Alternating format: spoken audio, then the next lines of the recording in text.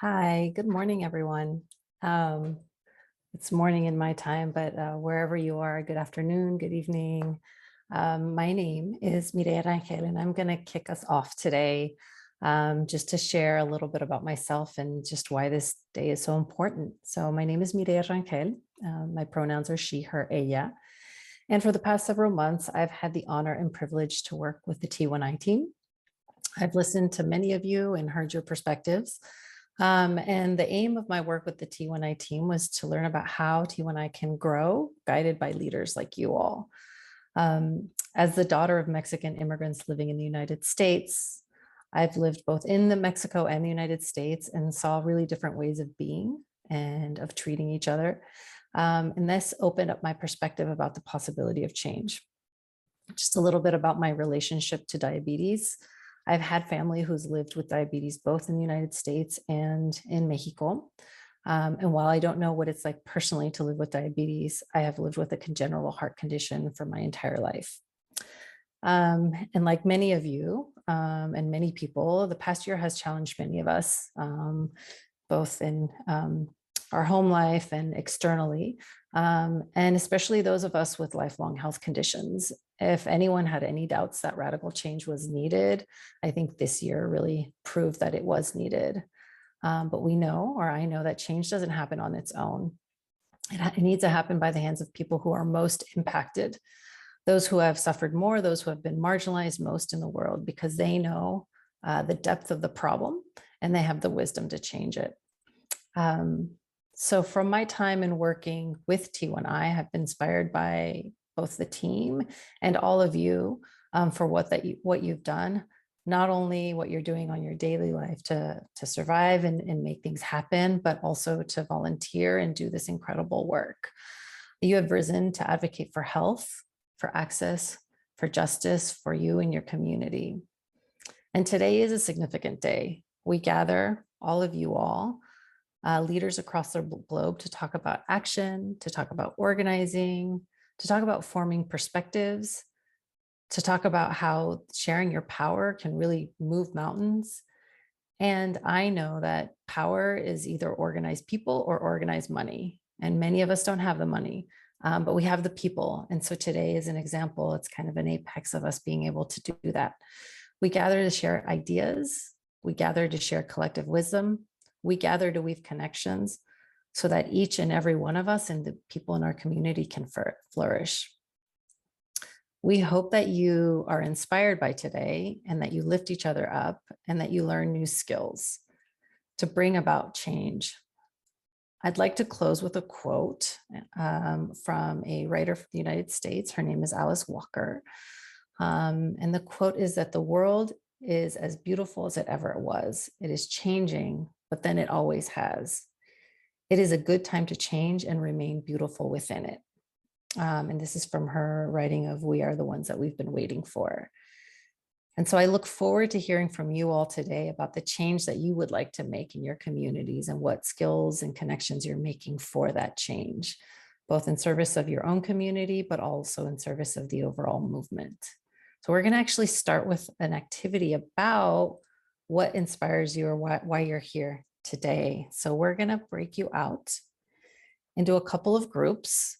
And in that group, we would like you to share, both get to know each other. So share your name and where you're coming in from. And in those groups, you'll take about 2 minutes to share 2 things that you hope you will gather from today's gathering. So 2 hopes that you have. And so each of you will get an opportunity to share. And then when you come back, we'll be asking you all to share anything that either you said or you heard in the chat. So I think you're going to be in groups of 5. Everyone, it's great to see folks' faces. It's nice to have you all back in the room. So we're going to take a little bit of time to share in the chat anything that you want to kind of share that you either shared yourself or that you heard from someone else that you want other folks to know for the good of the group. So if folks want to share what you heard in the chat, you can certainly do so.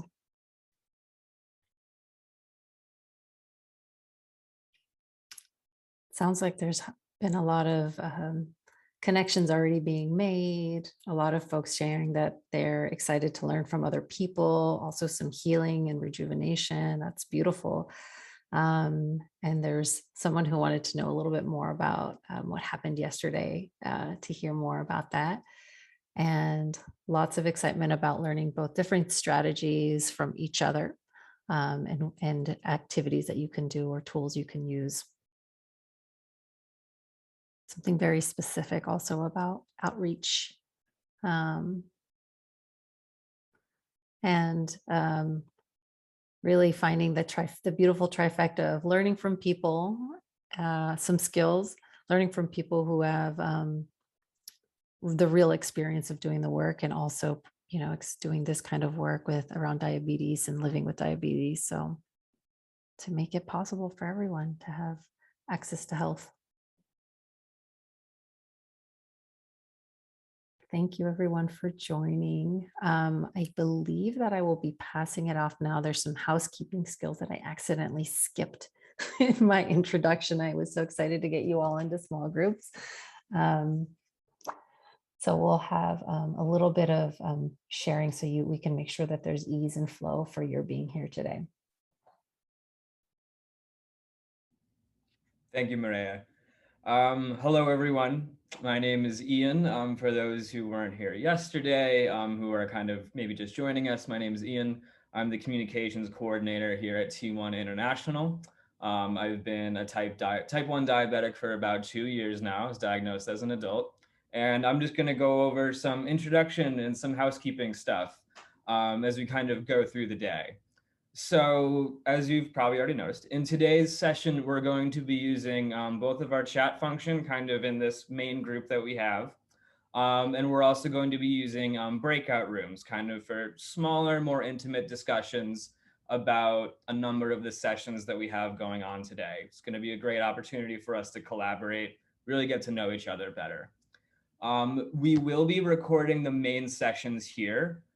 So everything that's kind of in this big group together, we are going to be recording, posting online. Everything that's in the breakout rooms, we're not going to be recording. We're not going to be sharing that publicly, just so that we can have some real serious, engaging conversation there.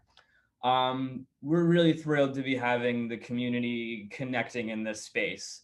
So please feel free to utilize the chat function on your right. And please use the chat function as well for any kind of private side conversations that you might like to have. In any instance where we have Q&A, things like that, we're going to do our best to get to everyone's questions. Sometimes it seems like we get too many and we have to move on, but please follow up with us after the sessions. Shoot us an email, reach out on socials, and we'll be more than happy to answer and address everybody's questions.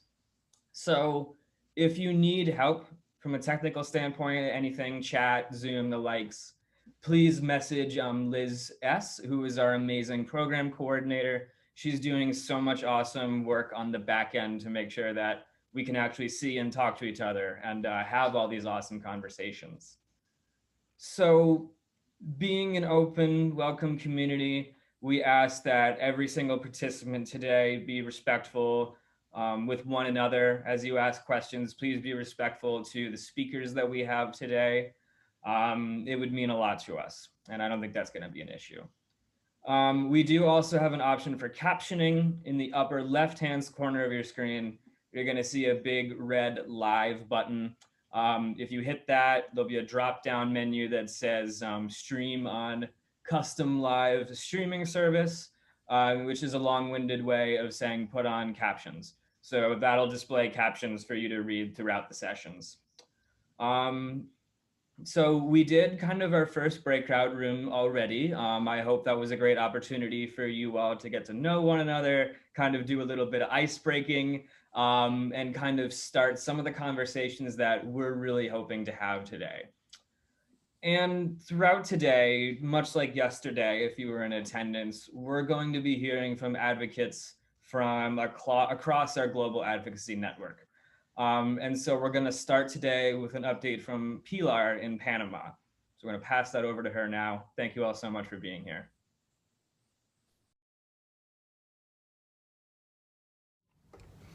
My name is Pilar Gomez, and I am the founder and director of Diabetes LATAM, an NGO in South America. Our aim is to educate and support children and teenagers with type 1 diabetes and their families in Spanish, no matter where they live and what their social or economical background is. We advocate mostly through education, both online and in person, providing families with the knowledge and skills that can empower them to look after themselves. We do this free of charge. We have developed online education for children, parents, and educators, all of which is in Spanish. Every month, we have a virtual camp for children from the ages of 10 to 17. We have workshops for parents and online courses for parents on how to look after their children after diagnosis. We're also in the process of developing a web app for young children so they can learn about diabetes treatment via videos and online games. These are some examples of our printed materials. We have brochures, which are both educational and provide information to families.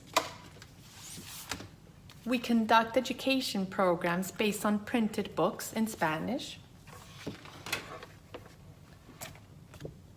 These templates are used to teach children how to rotate their injection sites. And we've also produced these laminated magnetic guides on how to treat hypo and hyperglycemia. Recently, working with the Ministry of Health, we advocated for all people living in Panama with type 1 diabetes to get their doses of COVID-19 vaccinations through the government-funded scheme. By conducting a communications and awareness campaign, using our mailing list and social media, we made it easier and in many cases possible for this group of people to know where they had to go get their jabs. Members of our community face different challenges when it comes to using the traditional three-tier medical system typical of Latin American countries, and also on having consistent and timely access to the medications, supplies, education, and support that allows them to live fulfilled lives. Our biggest challenge is finding the time, human resources, and resilience to advocate for these services and provisions to be available to all. As a young organization, T1 International has provided us with training on how to advocate, and with a support group composed of other advocates from all over the world. We have undergone education using this book, which is printed in Spanish, for our advocate committee, which we're very grateful for. And this training has given us the tools that we need to be able to speak up for the community that we represent. And it's inspiring to hear about the collective effort happening in Pilar's community with the support of us in our organization, our network at T1 International. Change doesn't happen on its own. And change isn't something that can be done generally by one person. So today we're going to be spending a lot of time working through how individuals can come together and bring their unique strengths, their unique stories, with a shared belief in collective action to truly make a difference, especially in this time of frequent crisis. So for our next session, we're going to be passing it over to Caylan Fazio, who is our Ohio Insulin for All chapter co-leader. And she's going to be helping us understand how we can hold a space for reflecting on our own interests, our own skill sets, and bring that to the service of a wider community. Thanks for that introduction, Ian. I'm really excited for this talk, and yeah, we can go ahead and start sharing the slides.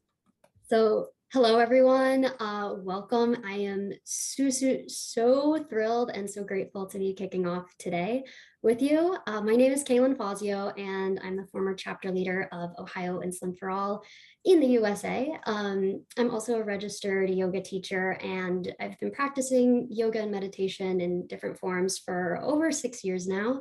And I will say, in the US, I've been practicing in the US, which is definitely a bit of a different experience. I know this is an international call, so I just want to name that my practice and perspective is probably more Western than other people on the call. So yeah, I've also been living with insulin-dependent type 1 diabetes for over 8 years now, going on 9.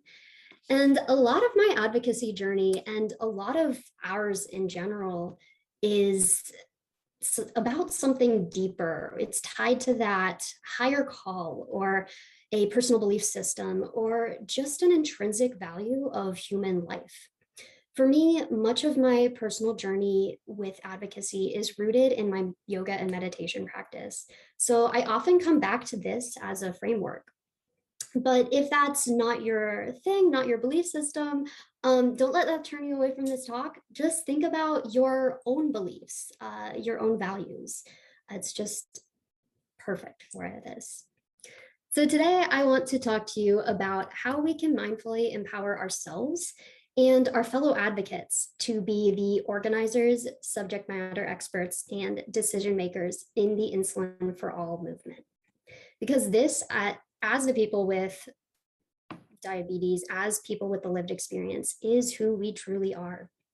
And I want to preface this talk that it is mostly about our very personal advocacy journey, about who you are, not so much as our collective leading a chapter, organizing a group, or an organization. So that's kind of the preface for this. And I want to share with you a story of my own empowerment journey. So when I was training to become a yoga teacher, one of the first few sessions, someone asked, and this is paraphrased, a fellow student asked, so after all of this, can we just teach yoga? And our lead teacher was like, yeah, yes, you are a yoga teacher. You can just teach yoga. It's something I always come back to, that yes, that possibility. It's who you are. So now I want to draw a parallel for you. If it feels safe for you, think about the time you were diagnosed with diabetes, or just a time that you feel that you were very connected to diabetes. And instead of whatever might have jarring things people might have told you at diagnosis, what if someone told you, you are now living with diabetes. You are the expert of your own experience. You are an organizer. You are a decision maker in this access-centered movement. It's going to be hard, but you have the power to change your life and the lives of so many people around you. How would we be different if we, as people with the lived experience, were told from the very first day, day one, of our power and our possibility? So I want you to leave today telling yourself and your team that you are the decision makers. You have ownership of your personal advocacy journey. And if we could go to the next slide, please. So the title of this talk is Movement on the Ground. For me personally, I'm a very active person, and I feel the most connected when I'm expressing this physically.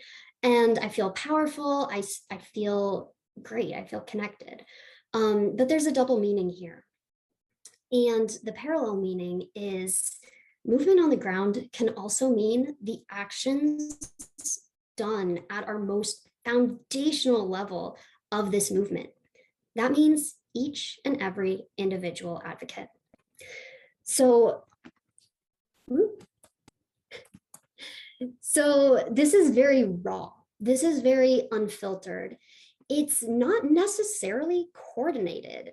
And for our own personal advocacy journeys, it doesn't have to be. For what we do with our orgs or inside our groups, it probably should be. The movement on the ground goes outside of these coordinated actions. It means taking ownership and having your power. So why is this individualistic concept so important to group and community efforts? Well, it's also very important to the overall Insulin for All movement because we can't do it all. As organizers, leaders, we cannot do it all. We know this. There's burnout. There is skills that we might not possess. There's time availability and even location that make certain actions very difficult.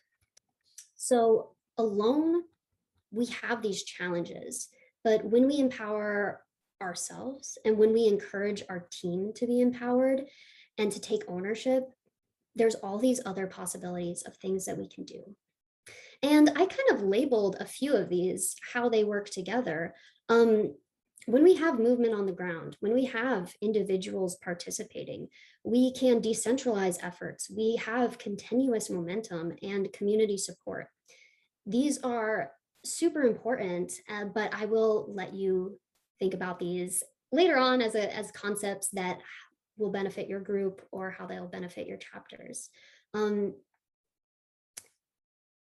Recognizing our own power as individuals, we can recognize other people's power too. So I want you to know that this isn't just your own practice of power, it's also encouraging your team. And we had a really awesome conversation yesterday about trauma-informed advocacy. And there's ways we can encourage people to go for it, to take on what they feel called to take on, and also to not re-traumatize people in those moments. So let's go ahead and move to the next slide.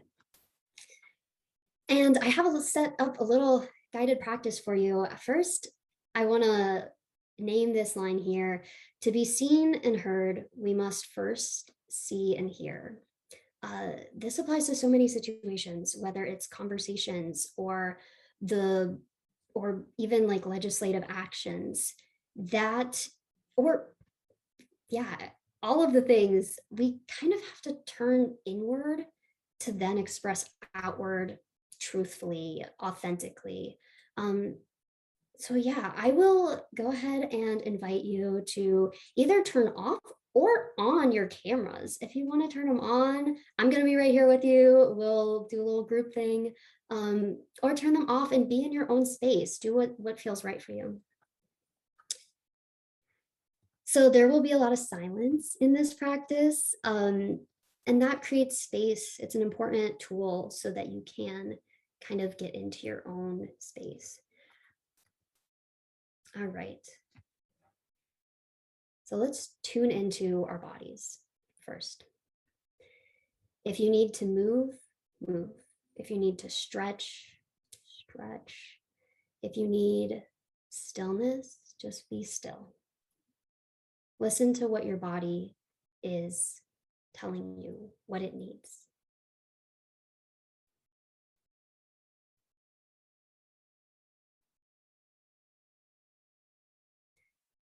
When I say to you, you are the organizer, you are a decision maker, and you are the owner of your own advocacy journey.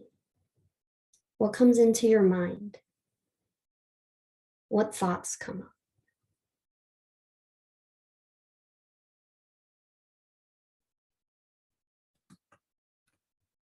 And let's tune our attention now to our heart, the seat of our deeper calling.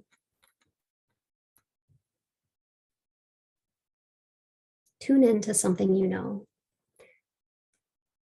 And there's something there, a very intrinsic and specific sense of purpose. And it will be unlike anybody else in this room. And dare I say, even the world. And sit with that purpose.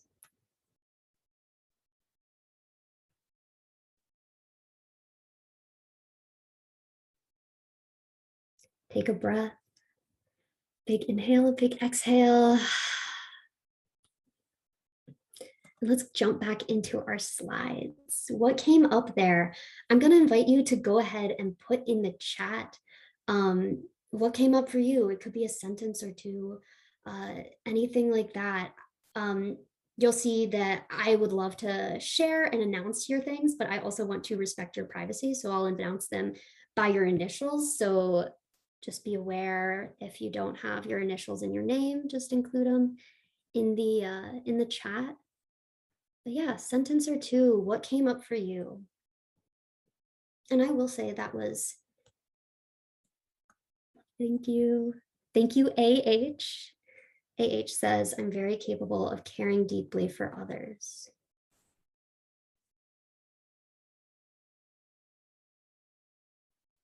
LS, impactful and empowering. Did anything scary come up for anyone when we talked about calling or purpose? Was there anything big that you're like, oh, that's a lot? Do you have any of that out there? You don't have to share if you're like, oh, that's pretty big.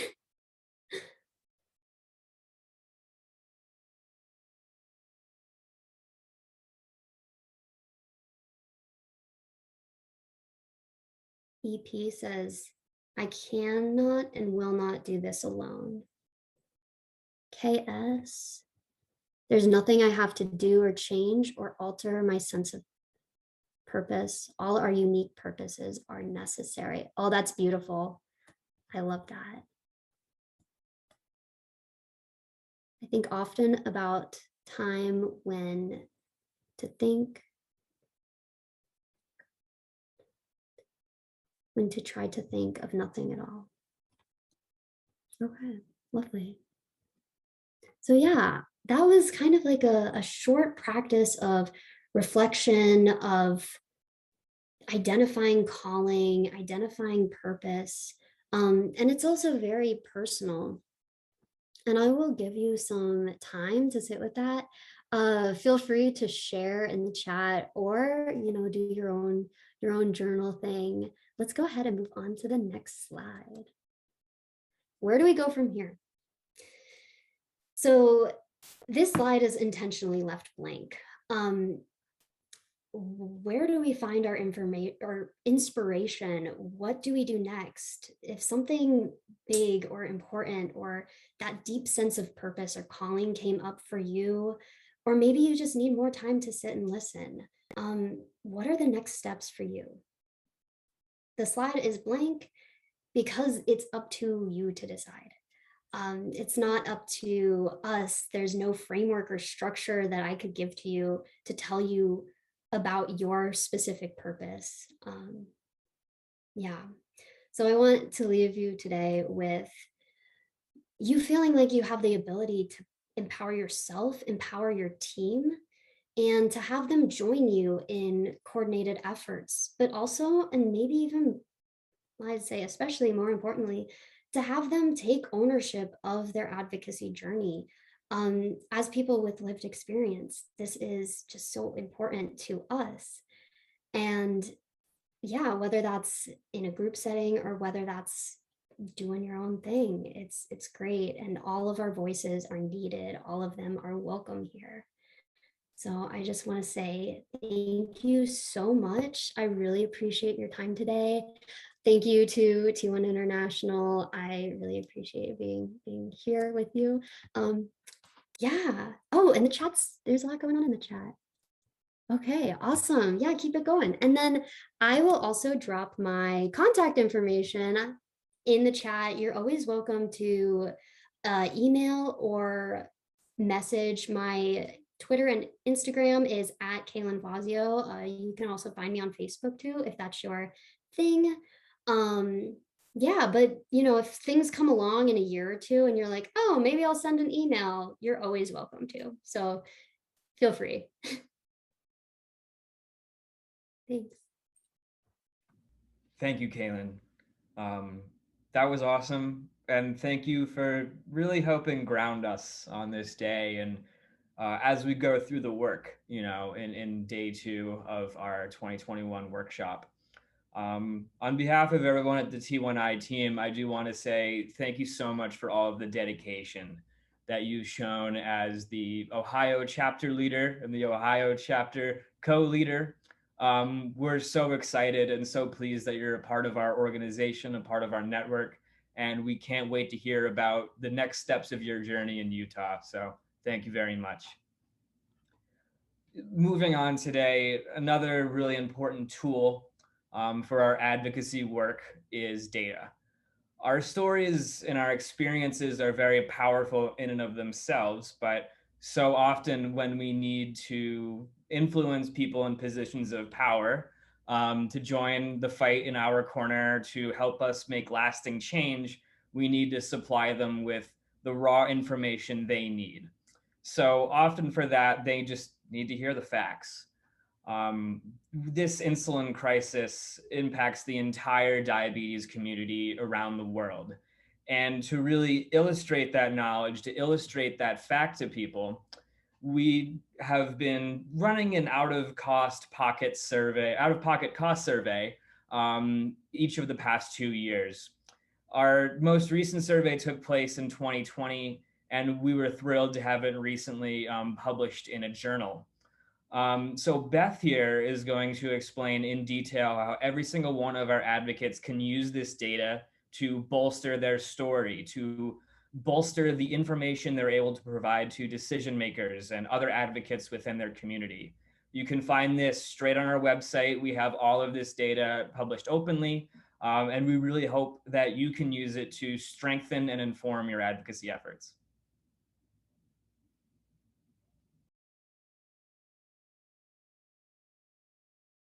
Hello, I am Beth, the Operations Coordinator here at T1 International, and welcome to this overview of our 2020 Access Survey data. Did you know that every 2 years, T1 International collects data on the out-of-pocket costs for what life with type 1 diabetes is like? These are the largest independent surveys looking into diabetes-related costs and rationing. And the idea is that we want to build up a global picture of the data so that we can put numbers behind our stories in order to better support our advocacy and push for policy change. What I'm going to do as part of this video is share my screen, take you to our website and show you how you can best use this information in your own advocacy journey, wherever you are based in the world.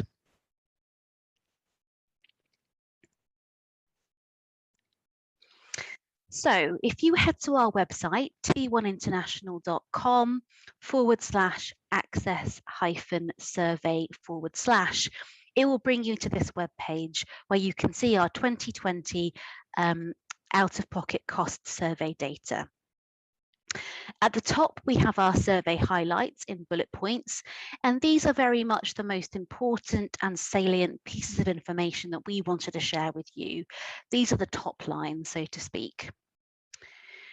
We have a section on the background of the surveys. So as I mentioned, these data are collected every 2 years. 2016 was the first year we started to collect this routinely. So we have a data set from 2016 and from 2018. If you want to dig into the data from previous years, these are both hyperlinks. You can just click on the year you want to look at. It will open up in a new tab and you can have access to all of the 2016 data as well. And that's the same for the 2018 data set as well. So 2020 is our third iteration of this data.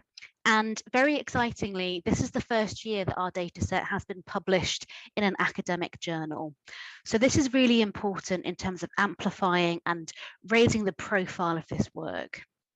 If you want to read the full publication, which is published in the Journal of Diabetes Research and Clinical Practice, you can click on this big red button here, which says read the publication. It's open access, so you can have a look at that published article.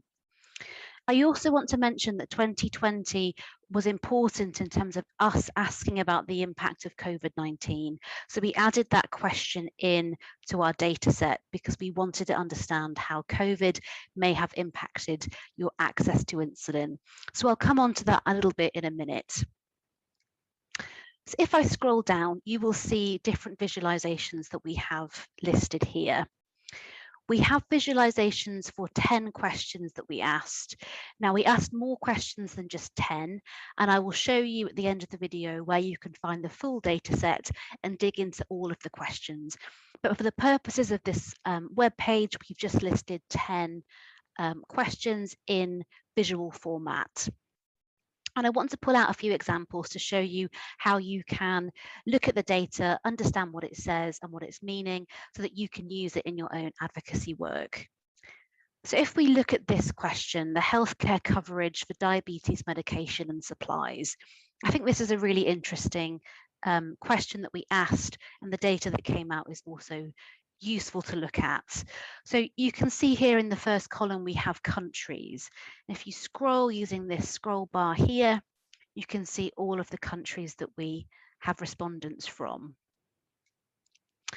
If you look across the top, we've got number of participants here. Full refers to full coverage. This is partial coverage. This is no healthcare coverage. And this is prefer not to answer. So say, for example, you were living in Kenya and you wanted to understand about other people's experiences of healthcare coverage in your country. You could see that 8% of people who responded said that they had full coverage, whereas 50%, so half of the people who responded from Kenya, had partial healthcare coverage, and 42 had no healthcare coverage. This could then be compared to a different country. So say, for example, Canada, where 11% of respondents have full healthcare coverage, 69% have partial, and 20% have none. As I mentioned, it was really important to us that we asked about the impact of COVID-19. So this is the question here. Has the COVID-19 epidemic affected your access to insulin and diabetes supplies? And we can see that half of the respondents, so 50%, said no. 29% said access to supplies have been delayed or disrupted. 8% said they were unsure. 7% said prices had gone up. And 5% said access to insulin had been delayed or disrupted. And 1% said prices had gone down. 0% said prefer not to answer, which just means that everyone who took part in this survey answered this question. I also want to show you a bit more of the functionality of some of these visualizations as well. So if you look on this bottom bar here, if I hover over this icon, this is the full screen icon. So if you click on that, it enlarges the visualization. So it might be easier for you to see if you want to make it bigger. If you want to go back to the original format, you can just press the escape bar and it brings you back to the first web page that we were on. This button here is a download button. So if you click on that, it will download this visualization to your desktop. And if you want to share this visualization, you can click on this button and it will pull up a link here. So you can either copy and paste that link into whatever format you want to share it, or you could also use one of these icons and share either via email, via your Twitter account, or via your Facebook account. And as I mentioned, these are just a selection of questions that we asked here. If you want to have a look at the full data set, I'll encourage you to click on this button, which is Explore More Visualizations. So I press this big red button here. It takes us to our public Tableau web page. And it operates a little bit like an Excel spreadsheet. So I'll just let it load and I can show you what I mean. But at the top here, we have different tabs, and each tab is a different question that we asked. So a little bit like how you would get tabs on an Excel spreadsheet, and you can navigate and click on whichever question you want to look at to dig into the data a little bit more. So I hope that's helpful, and I hope you can use it in your advocacy journeys. If you have any questions, please reach out to us. But for now, I hope you enjoy the rest of the workshop. Thank you, Beth. And if anyone has more questions in terms of how to use that data, please feel free to shoot us an email at contact@T1International. We'd be more than happy to help. So we're going to throw a question into our chat here and then kind of take a breath to see kind of what the responses here look like. And a question that we certainly have at T1I, and we want to make sure we're taking as much feedback from these sessions as we can, is what is a resource that T1I has provided that's been helpful in the past? And what's one that you would like to see in the future? Let us know if you have a vision of a specific resource or a piece of data that might be really helpful for you in your advocacy efforts. So we're going to take a moment here to kind of pause and throw your responses in the chat when you've kind of had a minute or two to think about. So we're going to just be kind of silent for a little bit as we kind of think through what the answers to these questions might be.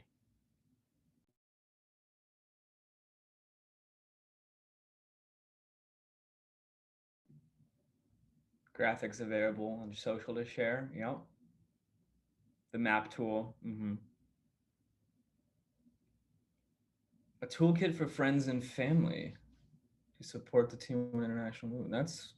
That's a great idea. Oh, they're flying in now. Access survey data. Stakeholder mapping tool.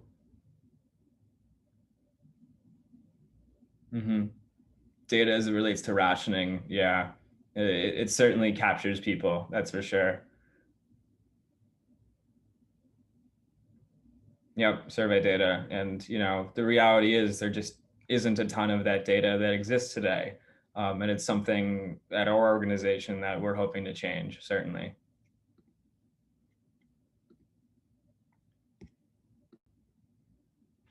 Is there a resource that discusses the price of other meds used to treat diabetes, like Uvento pills, since they're very expensive? I don't know if we have a ton on hand in terms of the specific pieces of medication themselves. There is data that exists in terms of, say, like monthly totals related to diabetes care, but that's something definitely that we can look into. That's a very fascinating question. So often with type 1 diabetes, you know, treatment's very specific to, you know, certain types of insulin, certain types of medications that a lot of this data is really hard to track. So that's a great question, and it's something that we'll be sure to keep in mind. Cool. So thank you all so much. This is certainly helpful. You know, we're going to kind of parse through a lot of these comments and questions and make sure we're taking this feedback into our work going forward. So we really appreciate the time and the thought. It means a lot to us. Okay, great. So moving ahead really in our discussion here, now that we've covered a fair amount about data, right? It's how do we use that data? You know, what do we do kind of with that raw data? How do we apply it to our advocacy efforts? And so now we're going to take a moment to discuss storytelling. Storytelling is a uniquely human activity and experience. It is certainly something that separates us from the rest of our, you know, animal kingdom brethren. So we're going to take a chance to, you know, really share in smaller groups in a little bit. At the moment, we have T1 International board members Kim Carter Martinez and Olamide Hakeem here to discuss and really kind of guide us through this process. So following this session, we're going to have a 10-minute break.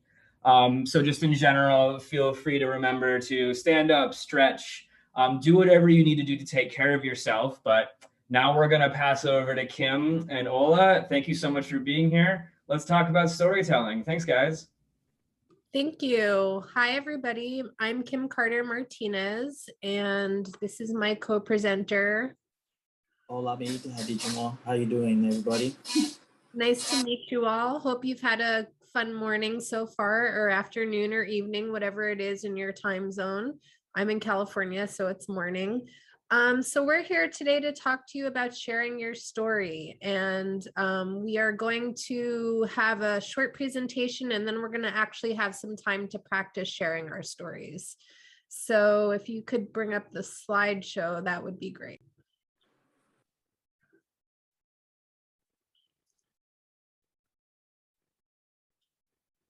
Okay, so I believe Ola is going to take us through some of these slides. Yes. All right. Thank you. Thank you, Kim. So real quick, I'm going to just share a little bit about, storytelling. And I just want us to know that, because I know some people might be wondering, oh, I'm not skilled in the act of storytelling. How am I going to be a storyteller? But I just want us to know that everyone is a storyteller. For every time a child, cries up to his or her mother, and the mother asks the child, why are you crying? That's simply a question asking for the story behind the pain of that child. And also anytime we, visit the clinic and we're asked for the purpose of our visit, that's also, the process of asking for the story behind the visit. Next slide, please. I'm going to, can you, next slide, please, sorry. Yeah, so I'm going to primarily, I know we can read through what is being shared, so I might not dwell on all of it for time purpose. I'm going to make it as fast as possible. But the purpose of storytelling, as it were, is for us to have the ability to share our stories to others. And primarily because multiple stories help, deconstruct dominant narratives. An example is when a clinician goes to a conference and presents a paper on his research and says, oh, I have 100 patients, 20 of them is non-compliant. In the mind of the listeners, there are 20 difficult patients for this doctor. But the truth of the matter is, what does non-compliance mean? To some people, it might be stigma. To some people, it might be lack of access.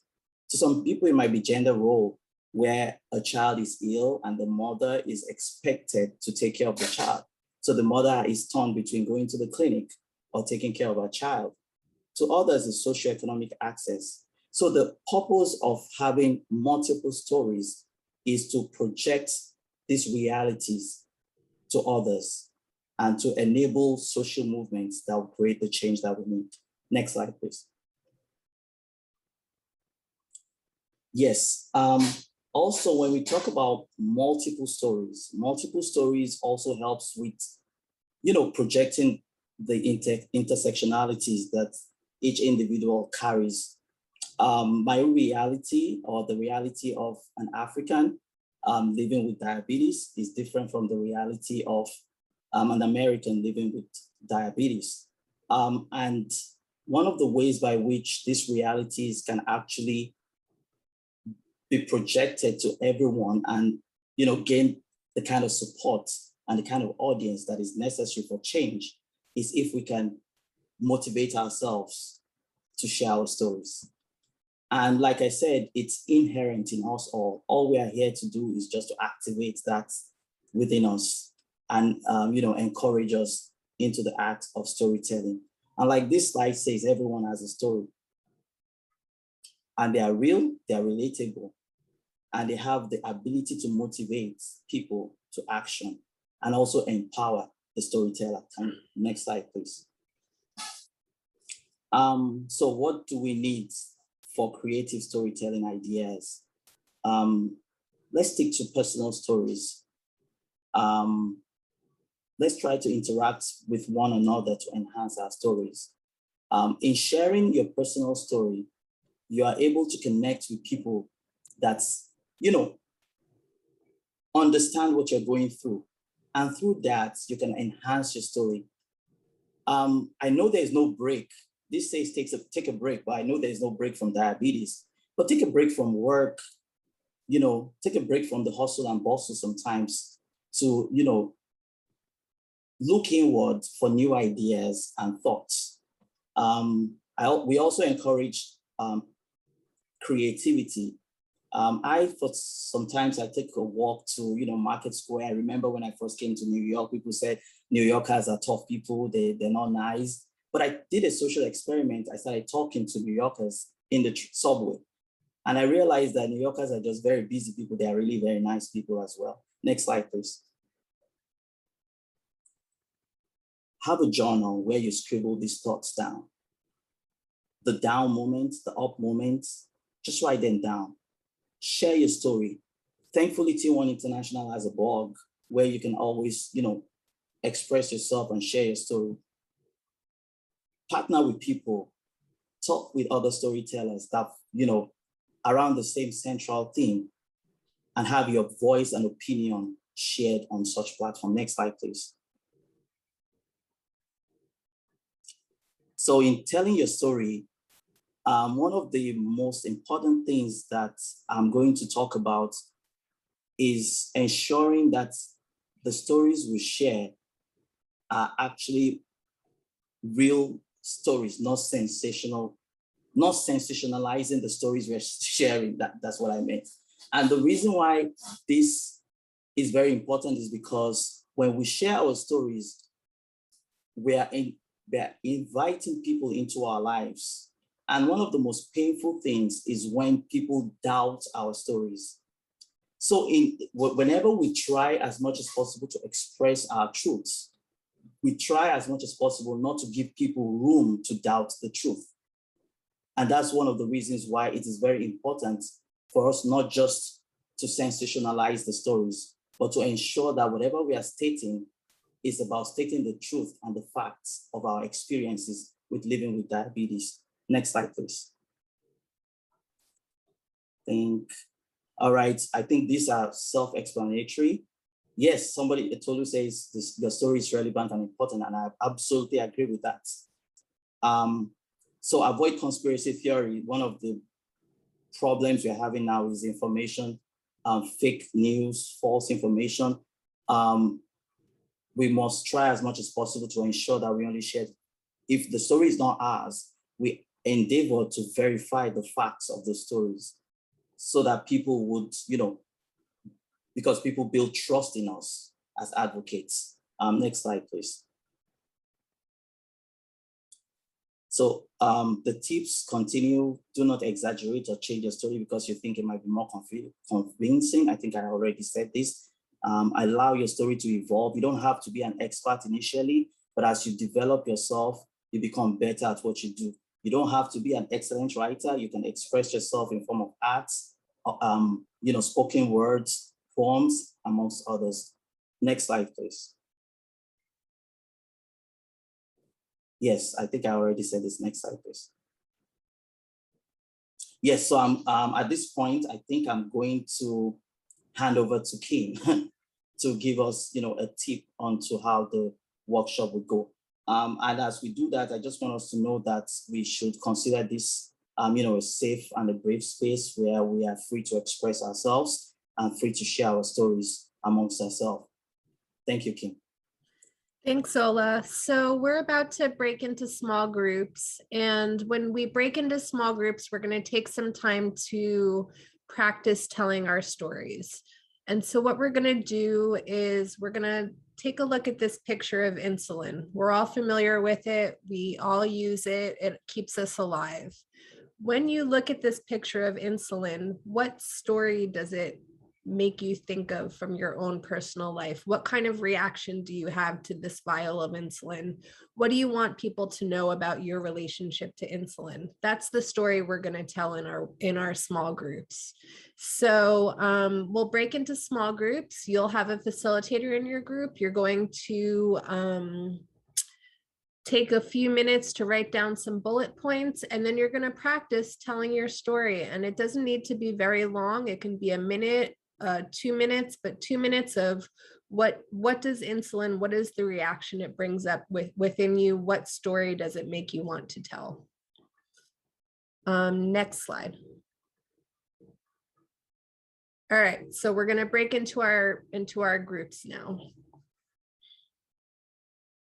Everybody, I got cut off in my mid-sentence in my last group. I hope that didn't happen to too many other people. And I hope that people had a good chance to share a little bit of their stories, because when we tell stories, we also tell about our disease, and we educate people about our disease. So wondering in the big group if people want to share a little bit about how it felt to share a story about insulin with other diabetics. How did that feel? What kind of emotions did it bring? And how will this help you as you go out into the world, tell your story about diabetes? Yeah, all right. So I'd like to just make a general comment. I think it's such a great idea to share the stories. Well, it's because, in the world where like everything is all about numbers and deaths have just become number. Oh, these many people died because of the flood. These many people died because of the disease or epidemic. I think it's so important to inculcate all of those emotions, the family members, the trauma we're going through, the trauma the future generation will have to process. I think it was really vital to just mention that.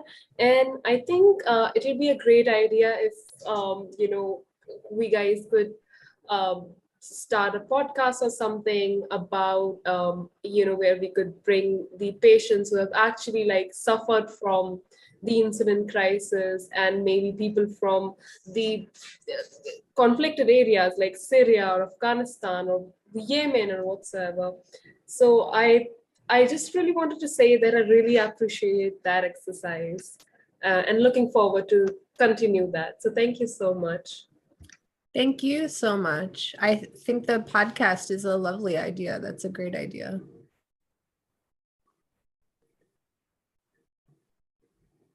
Any other reactions?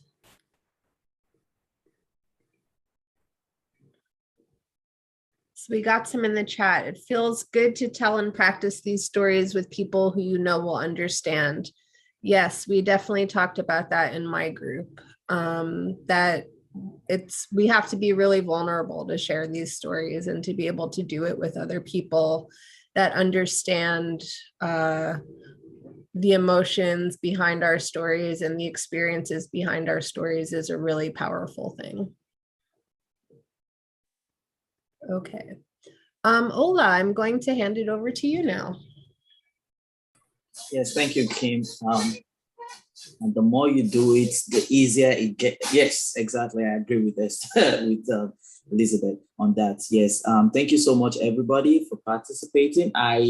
I did a bit of hopping around the rooms, and I don't know if I have the permission to share what I scribbled down, but I'm able to realize that, okay, let me just read this first. It says, I appreciated, that's Allison, I appreciated in our groups that there was joy for insulin and pain and fear, just a whole range of emotions articulated, which I think is the general theme that I felt when, I was moving from the groups. I experienced the diagnosis story shared by Larry, which was very important. And I like the fact that I realized a connection between Larry's story and John's story in another group. And I was only able to witness it because they both shared their stories. They both had the fear of needles, and then they both shared their diagnosis stories. And that's the beauty of storytelling. The essence is for us to be able to connect with one another. The validation, yes, the validation is always very helpful. And it also emboldens us to be able to put out there, our experiences. And like Pramita had said, yes, I hope, T1 International will also, create the podcast platform for people, those who feel, they can easily express their stories through, spoken words. And for those that want to try, with the writing, yes, please try, feel free. I know T1 International has a blog post for which, stories are being shared. Yes, we can also, share our stories through that. And I hope that we can also keep practicing these stories. Let's, relate with one another. Let's, take this group beyond what we've done now and, interact with one another, share our stories within one another, and, partner with one another in publishing our stories out there and supporting one another. thank you very much for an amazing time. Thank you so much on behalf of myself and Kim. I want to say thank you, and let's do this again. Kim, over to you. Just thank you. And I think as we work on our activism, we'll learn to incorporate more and more of our stories into our activism, because these stories, along with the numbers and the facts and the statistics, will move people. So thank you all so much for having us today, and have a good rest of your Sunday. Kim, Ola, thank you so much. Certainly in our room, that conversation engendered a lot of feelings.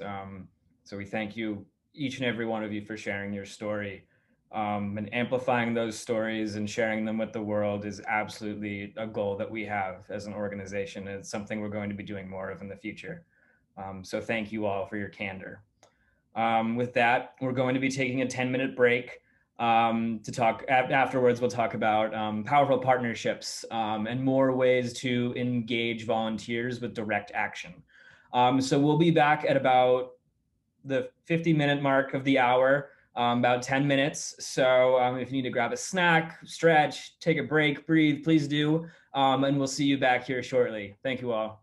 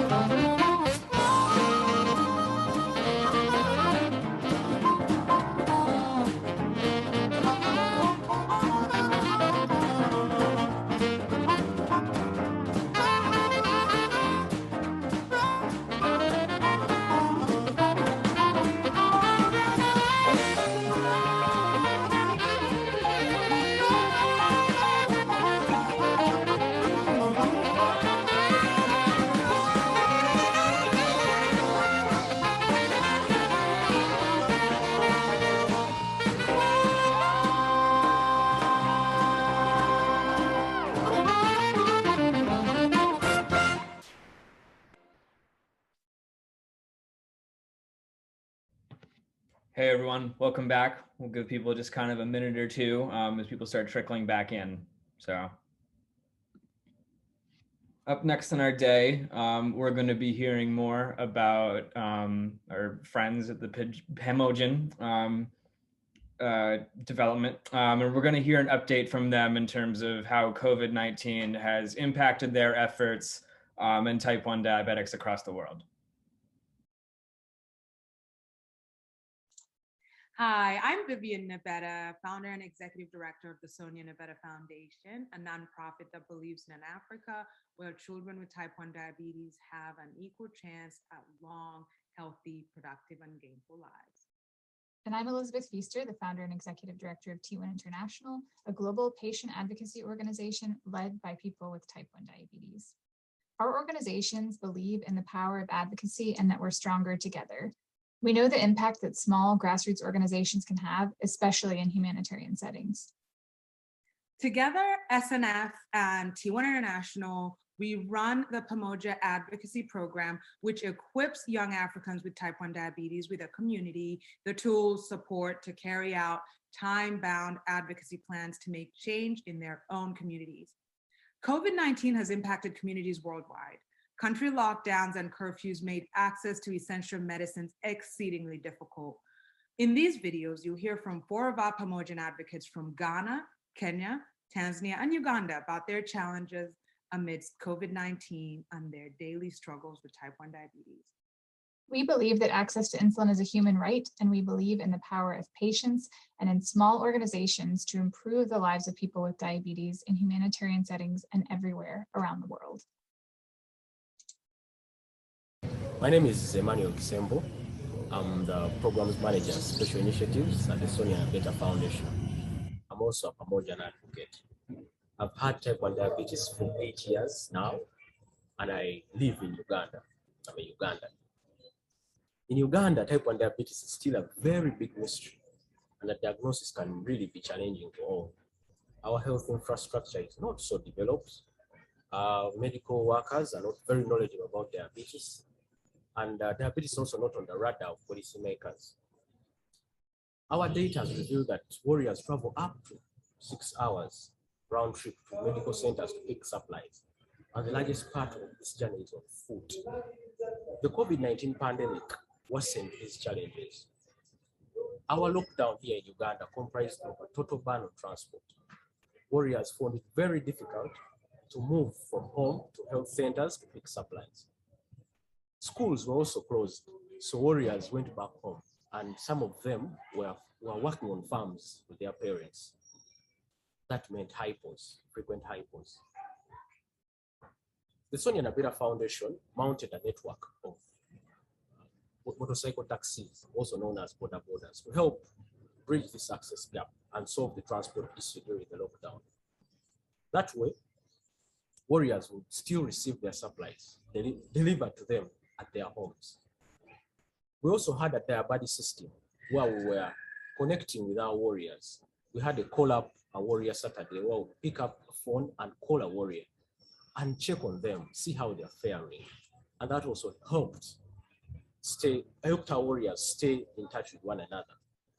There is one warrior who had a problem with mental health during the lockdown, and I had to go and see them and try to talk to them. But transport was an issue.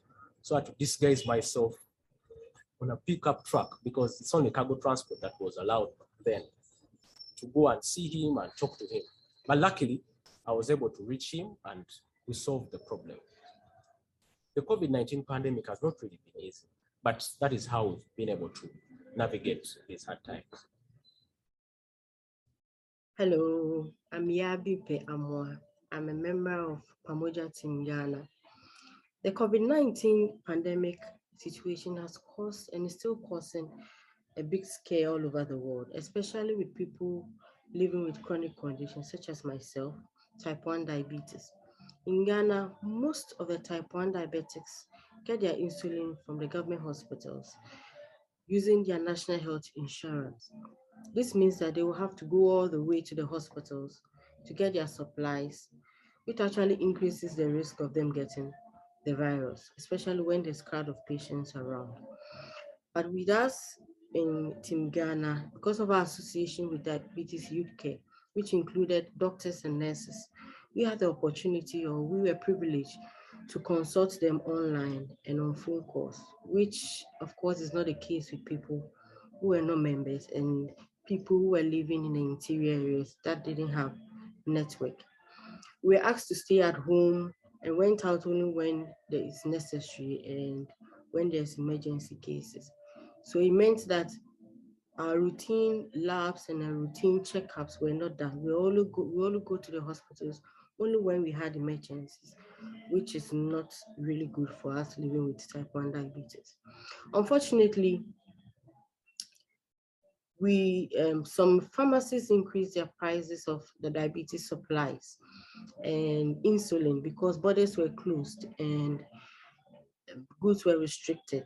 So, which was hard for us. We get our insulin and diabetes supply from the pharmacies. We also advise to stock up at least 2 weeks of supply of insulin and injections and whatever supplies we needed, which we did. At a point in time, the government hospitals had limited amount of supplies of insulin. So it means that we had to go to the pharmacy to get it at increased prices. Living at these times has been challenging. It means that we have to decrease the risk of emergencies. We have to be more responsible. It's quite interesting and again challenging. So we pray and hope that this pandemic or the COVID-19 situation goes away so we go back to our normal lives.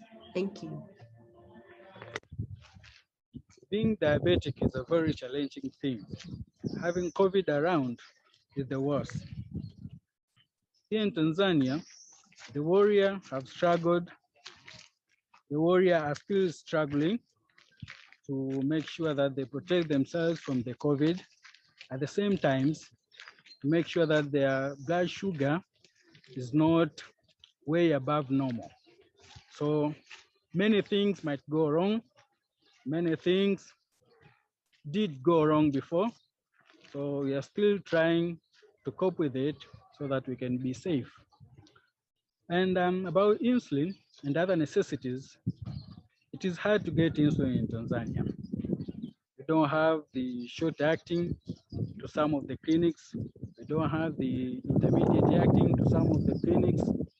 And when it comes to strips, that is the worst because we don't get them from the hospital. You have to buy them. So buying almost everything so that you can be safe, so that you can live to see the other day, it is not good. It is the worst. It is the worst thing we have seen right now. So we are still struggling and we are still trying to protect ourselves from the pandemic. At the same time, we are still struggling to get our insulin because, as you know, no insulin, no life. Thank you. Hi, my name is Janice Ohome. Living with diabetes for 9 years. Okay, some of the challenges that we have faced during this COVID period is one, the government has prioritized COVID over other conditions, whereby COVID comes first before any other conditions. And this has been quite a challenge to people living with diabetes, to be specific. And it has really affected most patients because accessing insulin has become hard. Its availability is also not that reliable. Also, most patients are scared of going to hospitals, which is the main place where COVID is. So most don't go for their regular checkups, follow-up, which ends up affecting one's condition. Also, transportation has become a problem because due to the COVID rules, the number of people in one vehicle have been reduced. Hence, the transportation fee has become way more expensive than it was before COVID. And most people cannot afford that kind of fee. So most don't go for their insulin. Most don't go for their checkups, which may lead to complications. Also, there's the problem of strips and insulin not being available because of some restrictions at the port, because during this COVID period, cargo coming in was really strict, and also as much as it could get to the place, getting to different areas was difficult. Yeah, those are the main challenges.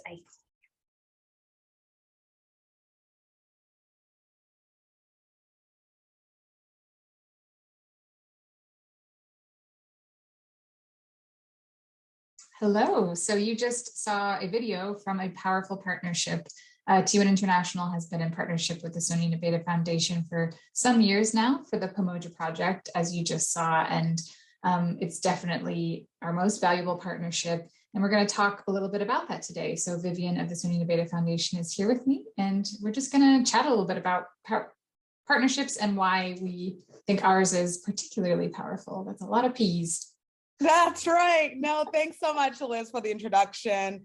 I think that the video that you've just seen pretty much sums up the work that we've done together for 4 years. SNF is about 5 years old, and Liz and T1 International were among the very first partnerships that we formed. And the reason why it was so important to us was, one, we were young. You always have to recognize where you have a shortfall. So we were young, and advocacy was very straight off the bat, very important to the Sony Nabeta Foundation, because we don't have, T1 International is always a big sister, so we needed to lean on somebody who's got that power in advocacy training. And so our second camp that we hosted in Uganda, we thought it was pretty critical to introduce some of these elements in the work that we're doing. The advocacy part is extremely critical. And I think that's where, Liz, you came in, and, it's been sweet sailing since then. Yes. I remember seeing you, as you say, come on the scene, come on social media, and reading about your organization, and realizing that we were very aligned in what we wanted to achieve. And I think we had a phone call early on, and ended up at the camp. And did an amazing sort of intro to advocacy training, because, as you say, we're building our training of advocacy. We have a toolkit and a model, and you have that really local, important, on the ground expertise. So again, I think that's a strong reason why this works, because we both have a lot of knowledge and passion, and we see where the strengths of each organization are and how we can bring that together. So that's one thing that I really, really value in this, definitely. And I think in using the word powerful partnerships, it's important to remember that the only reason a partnership can actually be powerful and effective is if each individual organization recognizes the strength of the other organizations and allows them the latitude to use that strength. Yes. And recognize that without each other, we're going nowhere. We're always stronger together. And I think that our slogan, the Together We Can slogan, which is actually the underpinning of the term Pamoja, the Swahili word Pamoja, is really indicative and illustrates the importance of Together We Can, which is so difficult in this nonprofit space. People say they don't mean it. Exactly. That's what I'm learning. Exactly. I think, as you mentioned, we're both, we may have been a little bit further along, but both small kind of grassroots organizations built from the ground up, built from a very strong passion and desire, something that says this needs to change within our communities. And so we've been able to really relate on that level too, which I think helps, because just like you said, there needs to be that respecting of what each other does well, and also the kind of let's build this thing together. And that's not always how it works sometimes. And that's part of, I think, what we connected on was there's a lot of times where maybe our organization or the people that advocate with us or the people that we work with are asked to sort of participate in something, but it's a very last minute kind of add on, rather than, hey, let's collaborate and genuinely build this. And again, that's why I love the Pamoja program, because really from square one, we thought of the concept together, we built it out together, and that does take more time and energy and effort, but I think it makes a much stronger program and just a much stronger partnership, because we're both pretty equally invested. Right. No, I 100% agree. And I think that in this ecosystem that we work in, the type 1 diabetes space, there's only a finite group of organizations, and I feel like if you were to draw a Venn diagram, you obviously would see some intersecting points, but you'd also see places where others would shine. And if a partnership was formed meaningfully with all these organizations, I think we'd do much more. It would be much, it would be a stronger ecosystem, I think. It's just harder to do in an equitable way because, of course, we're very small, itty bitty organizations. So it does make it very difficult to level the playing field with some of the, larger and more powerful organizations. So I think we only gain strength by partnering with people who are like-minded. You're woman-founded, we're woman-founded, so that comes with challenges. I'm a minority. I mean, being a Black founder, let me tell you, that comes with baggage, and we've talked about this as well, even though you can't relate on that particular aspect. So that, I think, makes it even more, it makes us more invested to ensure that this partnership actually does do something, just make impact, have impact, like strong, lasting impact, which would be a dream if all the organizations in this space, it was easy to do. It's just not easy to do. Yes, and having that mutual understanding, as you said, of things that we can relate on and things that we need to understand that we have limited time and space and capacity, but we're really trying to make this work together as really small organizations, just like you said. And I think, in terms of those resources and things, just to name that we've been able to apply for sort of joint funding together. And that's something that, wouldn't do with every organization, perhaps that takes time and trust and communication. And so I know in the early days, I think we always check with each other and communicate a lot. That's a key tenet of a good partnership, is strong communication. Matter of fact, we have principles that guide the partnership, and I think we abide by those, communication being one. Yeah. Exactly. And so having kind of built that foundation, again, of that trust and that strong kind of trust in each other as, okay, we're the key people that work on this partnership with many others who make this thing work.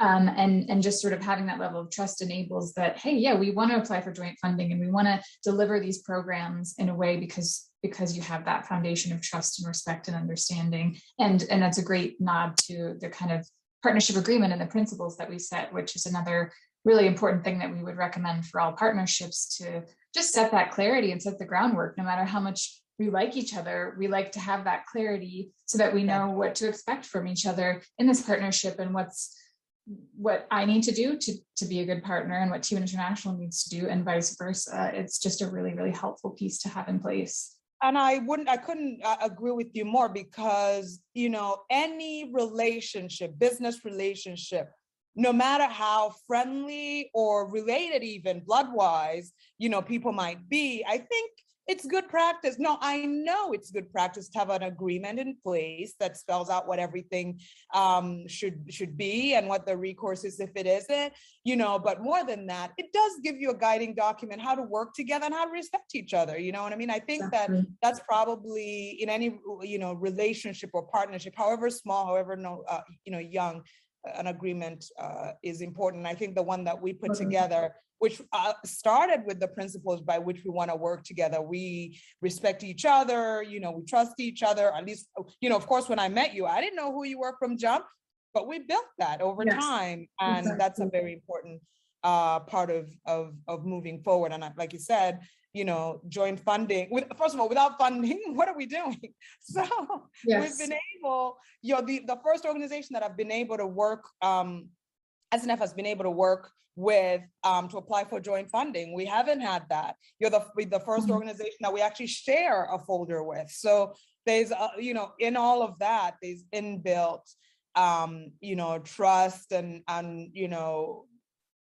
relationship that definitely has a good foundation and a lasting foundation that has made this, work well, and that I'm very optimistic for the future. And again, not every partnership that we have as an organization is so aligned like this, but maybe we don't work on such a close, again, shared funding level. So just naming that there are different levels of partnership. I'm sure you at SNF have different partners that aren't to this degree. But again, these things that we're talking about and these themes can go across any partnership, especially the things like communication and trust, and what is kind of the purpose of that partnership. Is it really to help with shared aims and to lift up what each, whether it's an organization or an individual, does best, or is it more a sense of sort of being a little bit used, for lack of a better term? And again, we discussed this too.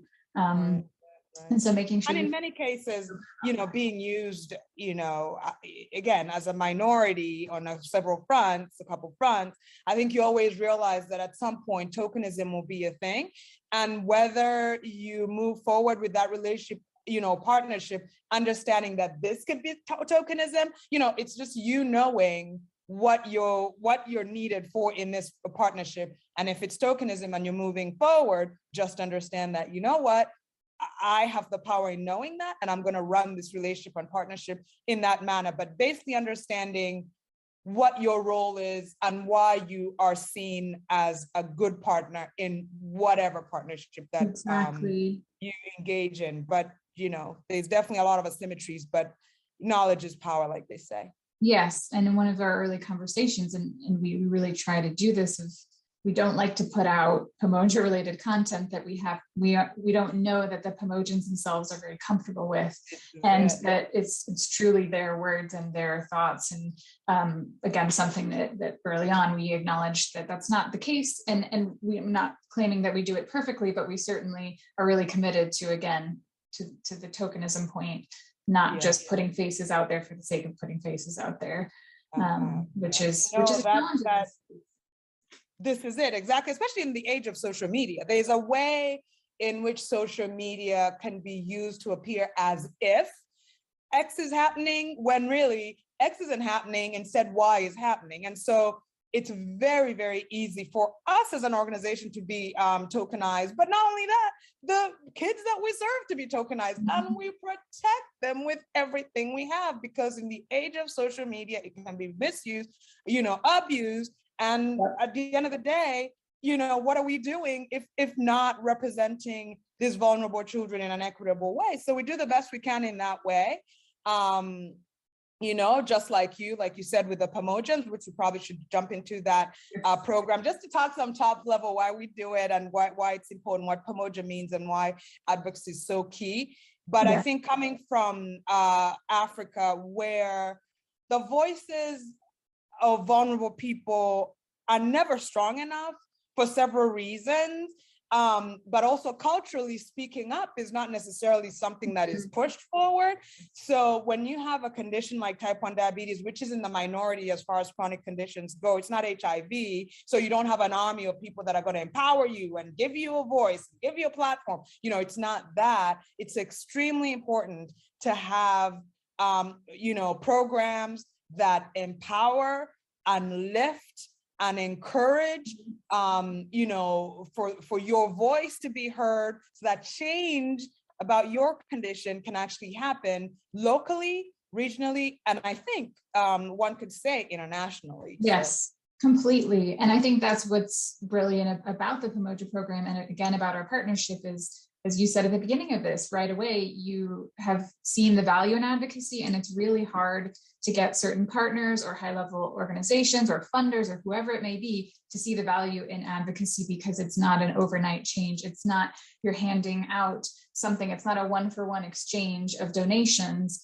And so again, really appreciating and valuing that you appreciate and value advocacy, because there are so many basic needs that are not being met, which is outrageous, which is why we advocate. But it's easy to get sucked in, or not sucked in, but focused on that and not pushing what you were just saying, the empowerment, the people having a voice, and that's so key. And we always try to balance. We want folks to have their basic needs met, but we also want the greatest number of people not struggling. So again, just being aligned on that is huge. And through Pamoja, that is what we do is help a cohort of young people with diabetes in Africa to really advocate for their rights. And we set time-bound plans, we provide training. The program really started in 2018 with the first training. that would be 2018, even though we had the precursor, which is basically what SNF was using as a baby. We needed to test out who Elizabeth is. So Yes. you coming to Uganda and the product that you were offering, I think in 2017, our second camp, it was very easy to see that, maybe we'll put our heads together and see what we can do more long-term. So yes, 2018, Ghana, we had our first workshop. Yeah. Yes, and then 2019 in Cape Town, South Africa, our second workshop with the same initial cohort and a couple of others, adding South Africa as one of our countries in addition to Ghana, Kenya, Tanzania, Uganda, and Nigeria. And then of course COVID hit, so we weren't able to have an in-person training in 2020 or this year, but we had some great virtual, although technology and internet connection is always a challenge no matter where you are in the world. We've managed with a great project manager, Ivan Okoth, who's based in Uganda and also does work with the Sonia Nabeta Foundation, and really trying to keep that community going, because community and having a voice is so crucial in this time, and just giving these advocates, making sure that they have that community, making sure that their needs are met as much as possible, and then that they have the tools to advocate for change. And so there's policy change that we're fighting for, and we really try to, as we do through T1 International as a whole, have these Pamojans connected and pushing for similar goals so that they can share and learn from each other, but also tailor things specifically to the needs of the country and the city and the location. Right. I think that customization or granularity is exceedingly important, because, at the end of the day, what works in Kenya will not necessarily work in Ghana, even though there's similarities in how you approach the governance piece and so forth. So yeah, it's localized in that way across the 6 countries that we're training. Yeah, and we are proud that we're able to keep going despite challenges. And again, just to wrap this up, because I think we're out of time, that there are challenges in any partnership and in any project, and despite COVID, despite the many ups and downs that this program in itself has had, because any piece of work that you do as a small nonprofit organization at grassroots level is going to have challenges, and that we've just been able to figure it out together. And that's really, really valuable. So thank you for having this conversation. For sure. I mean, I'm excited to have sat down with you, and like they say, or like we say, together we can, Pamoja. We can, exactly. Yes. Thank you so much. You bet, Liz. We'll speak soon.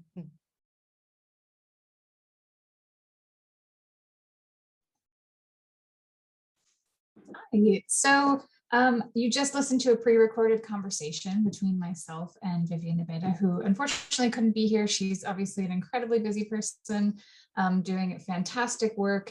So my colleague Katie is here. She's a global advocacy consultant and has been doing a huge amount of wonderful work to really build out and formalize our global advocacy network, which includes our individual global advocates who are pushing forward change in their individual countries, our global advocacy chapters, which are groups of folks pushing forward advocacy change, and our global advocacy partners, which you've been hearing from today and yesterday through our little video snippets. Our global advocacy partners are organizations that, like the Sonia Nabeta Foundation, have their own mission and vision and are already established in their country, wherever that may be, but have more formally partnered with us through a partnership agreement, as we talked about on the call there, and in very specific ways so that we can offer advocacy support tailored to push the goals of their organization forward that would align with our goals as an organization as well. So hi, Katie, thanks for joining.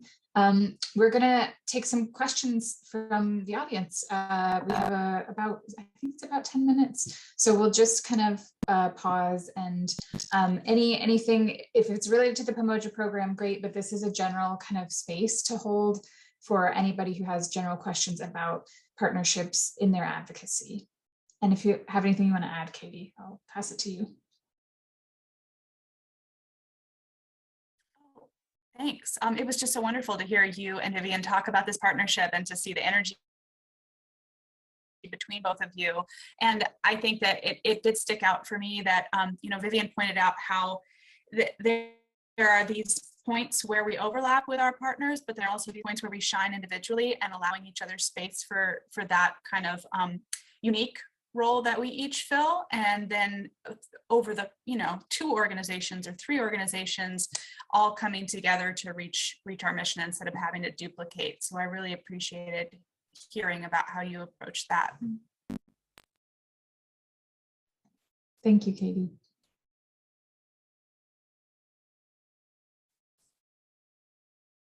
First question.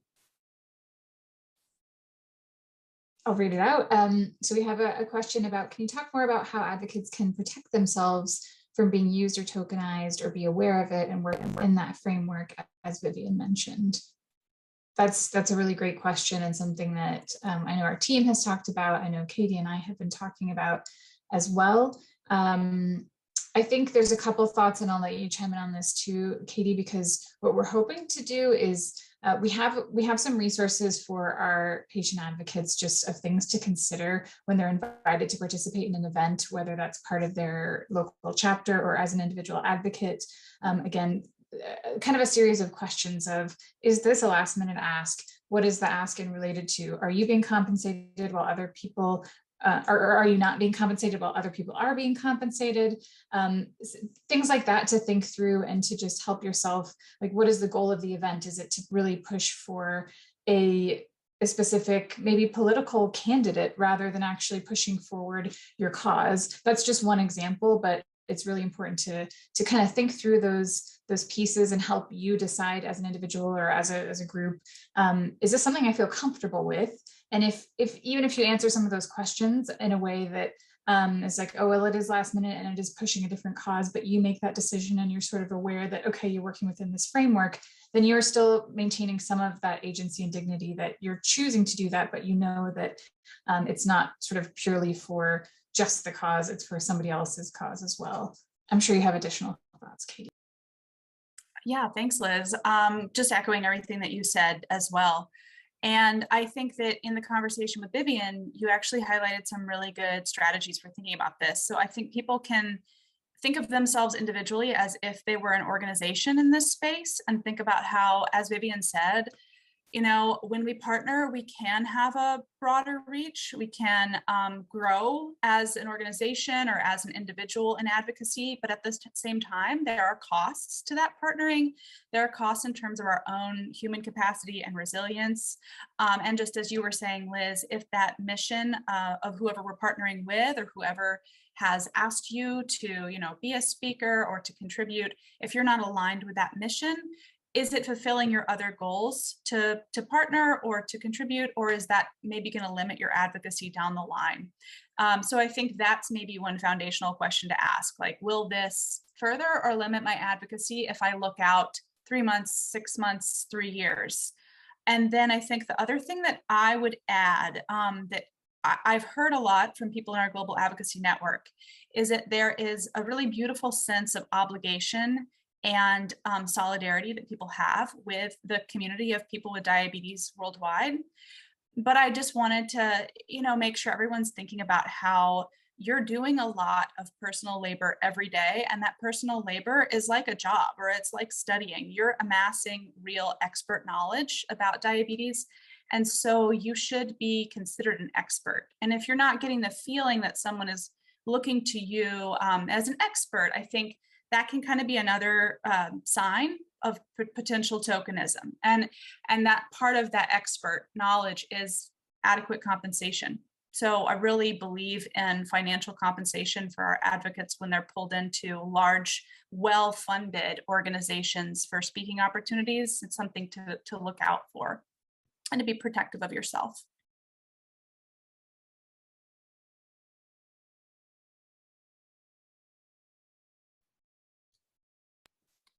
Great points, Katie.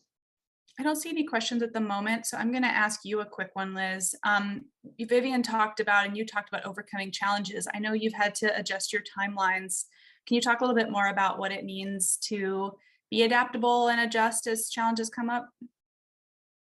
Yeah, that's a great question, and it's certainly a part of most projects that probably any advocate is involved in. Is what you originally set out will shift and change, and I think that's something to just kind of go into it knowing that that will happen. And again, the fact that we're sort of have both come from smaller organizations and really thinking about and experiencing kind of just rolling with change and realizing, okay, we have to reframe this. I know we talked about communication and just being able to hop on a call and sort of rethink things and shift things. And again, we've had a funder who's been understanding of the COVID pandemic and the challenges that come with that, and that at this point for the next 6 months that we need to really just focus on community and making sure people have some of their basic needs met and refreshing some of this advocacy training.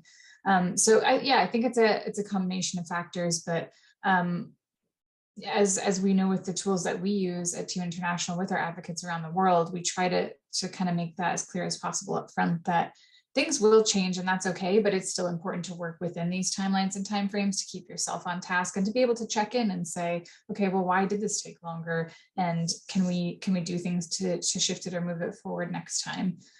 So hopefully that answers a little bit of your question. Yeah, I think that's great. And I think we can take that to the individual level too, right? Like, as we've talked to people in our network about, if you personally need to take care of yourself, that's like priority number one. And it's fine, reasonable, encouraged, good to just totally change your timeline and know that you're doing important work for your own care. Exactly. And I know we're almost out of time, but there was one more question about pharma funding and how it impacts partnerships. Yeah, very important. And of course, we don't and will never accept pharma funding.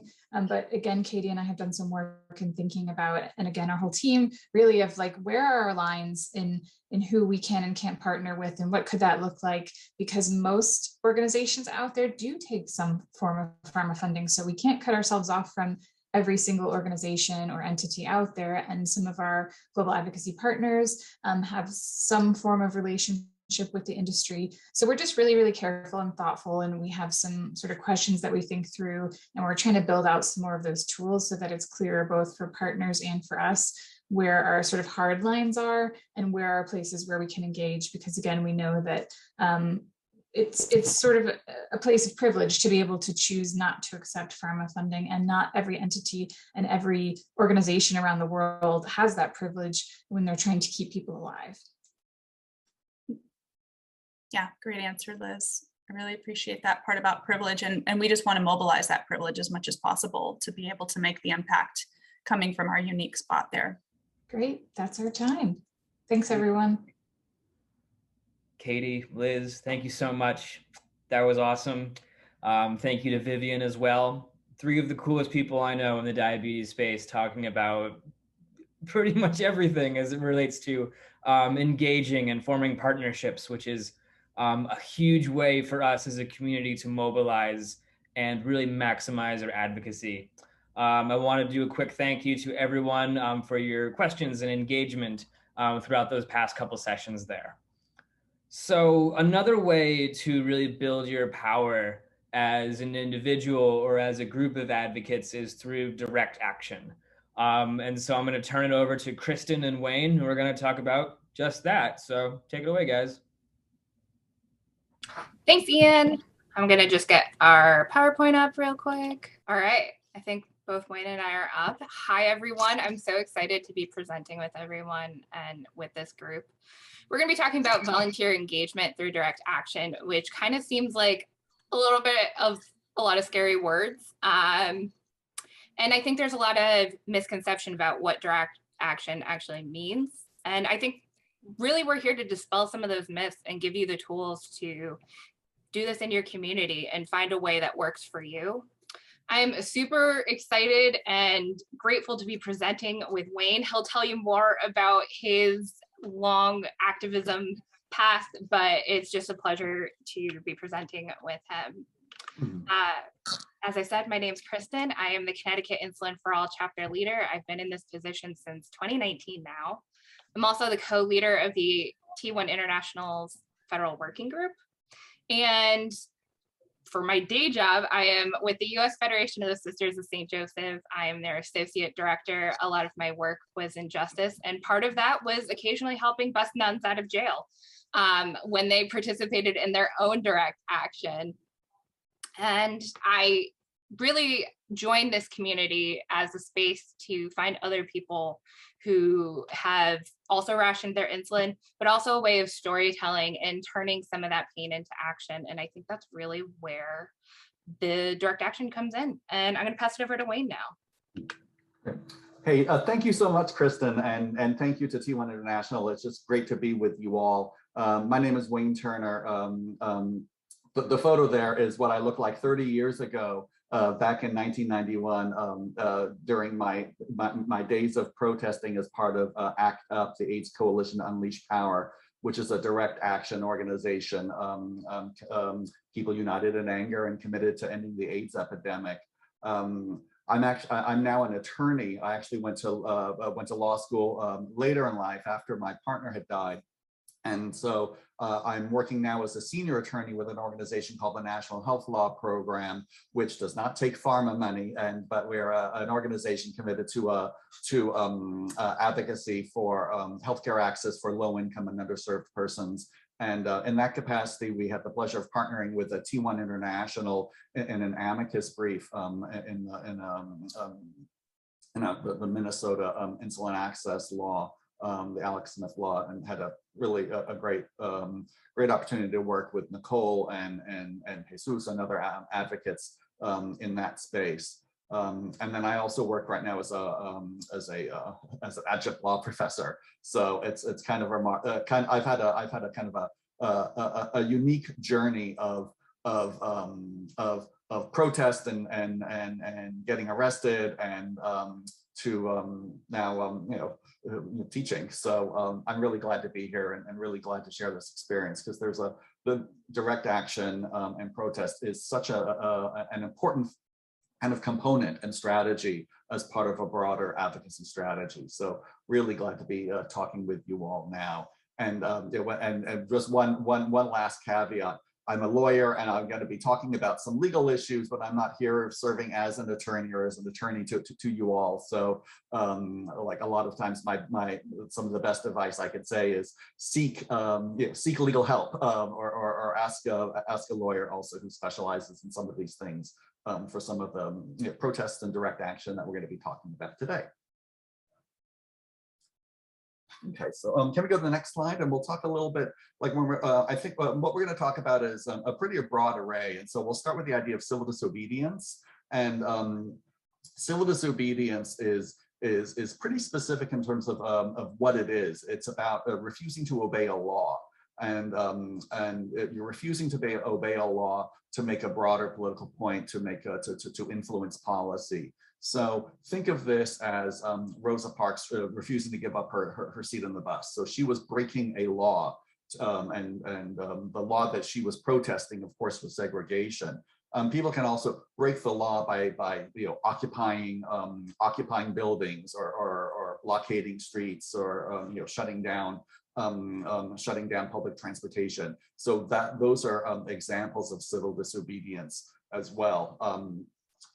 A key component of civil disobedience is civil, right? That that there's a commitment to nonviolence and a broader vision of achieving policy change through the breaking of unjust laws and shining the light on unjust laws and policies. So if we could pivot to the next slide.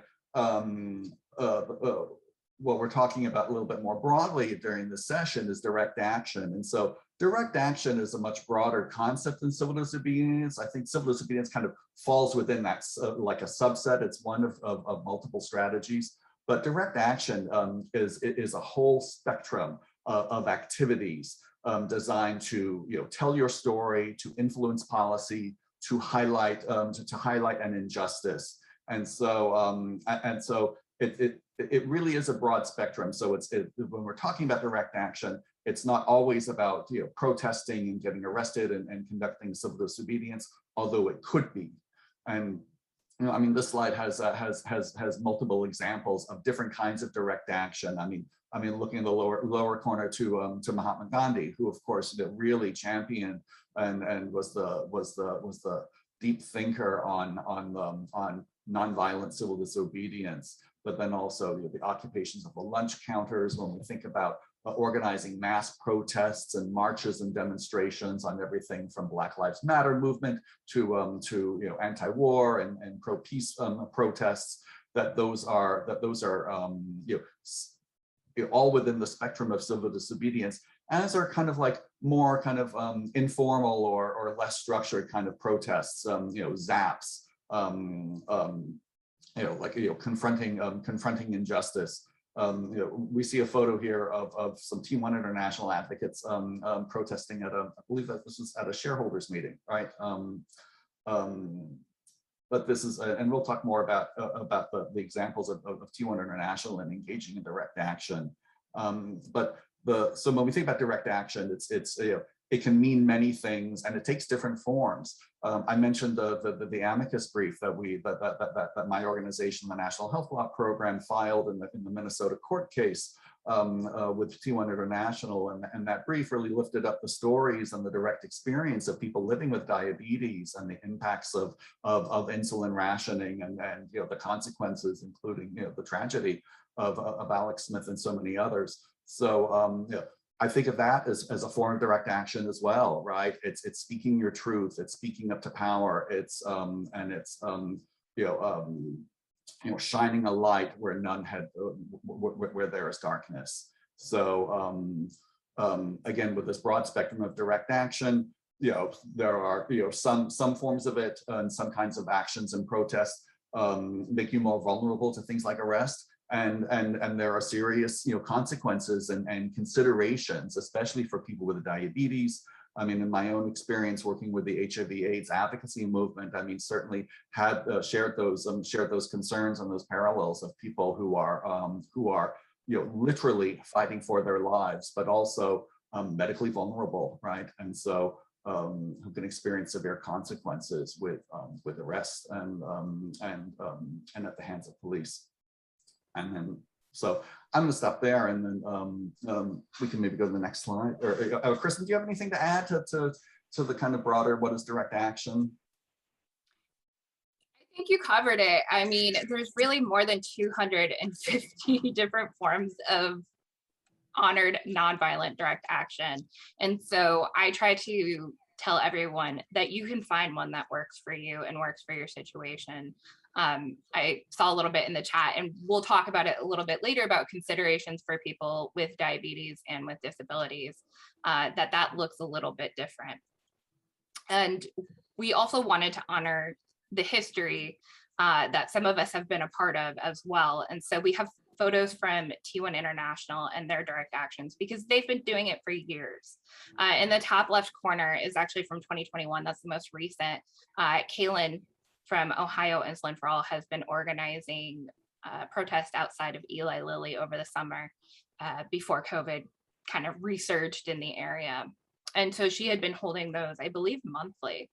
And the other pictures, it's the lower left corner, actually both the lower photos are from 2019, which included the arrest of Nicole Smith Holt as a civil disobedience action.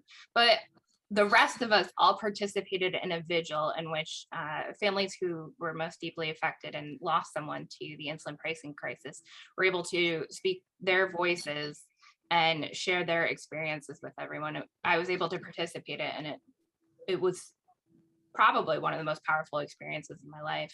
And then up in the top right corner, I believe was 2018, outside of Eli Lilly, and T1 International and Liz have been doing this for a very long time.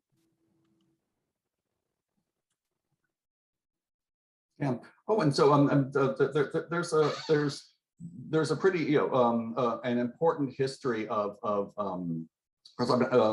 people fighting for their lives with direct action, with protest, and so a lot of my advocacy experience is with ACT UP and HIV/AIDS advocacy. But do want to call out and honor the work and the sacrifice of persons with disabilities. And so the organization Americans with Disabilities for Attendant Programs Today, or ADAPT, was founded in Denver, where people who use wheelchairs surrounded a city bus, demanding access for people with disabilities to public transportation.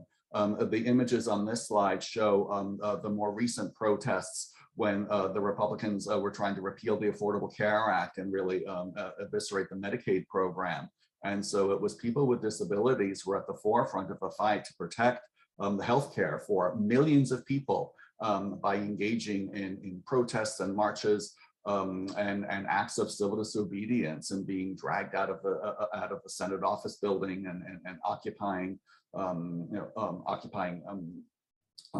congressional offices.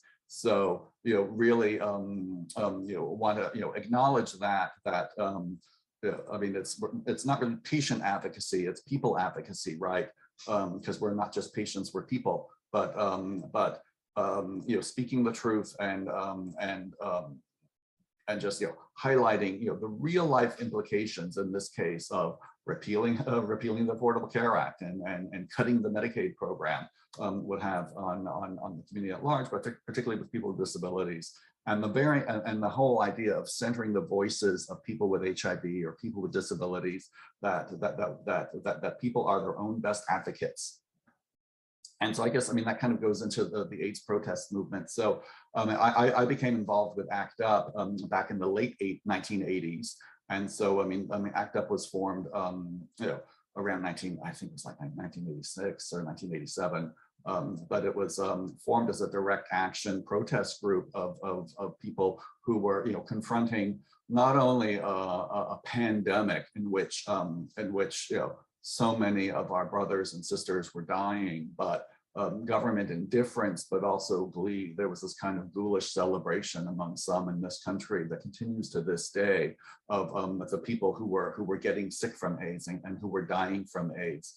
And so it was actually even before the AIDS protest movement was launched, even earlier in 1983, a group of people living with AIDS met in Denver, and they formulated a set of principles that are now called the Denver Principles. And I'm going to put the link to those in the chat, because those Denver Principles, again, for so in some of like the earliest and darkest days of the AIDS epidemic, people with AIDS got together and agreed that of some guiding principles that people with HIV and AIDS need to be involved in the decision making for their own health care, that they shouldn't be tokenized, that they are not victims, that they are not patients, that they are people living with HIV and AIDS.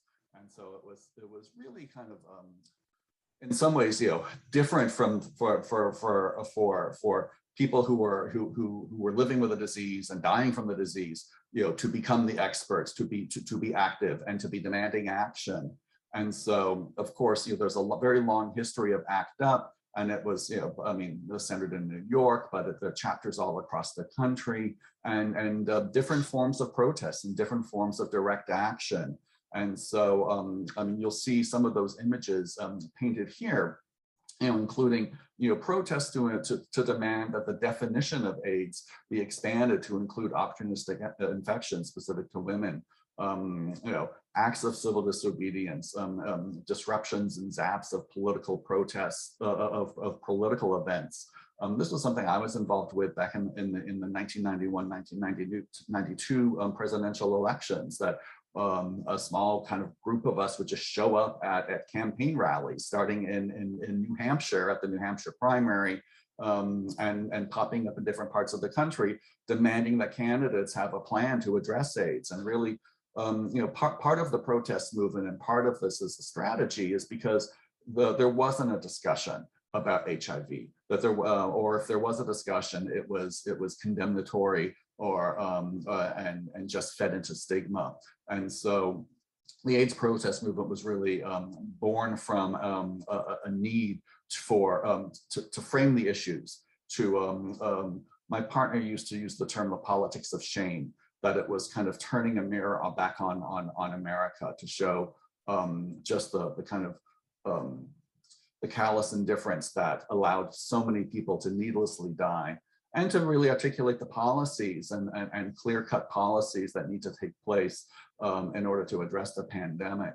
So if we just go back to the previous one, please. Let me just, Kristen, I just wanted to highlight the photo in the lower right-hand corner is from what's called the Ashes Action. So there were actually 2 Ashes actions at the White House of where people with HIV and their family and AIDS and their family members and their surviving partners brought the ashes of people who had died and brought those ashes to the White House and threw them over the White House fence to show, look, we are bringing we were bringing the dead to the door of the White House and demanding national action on AIDS.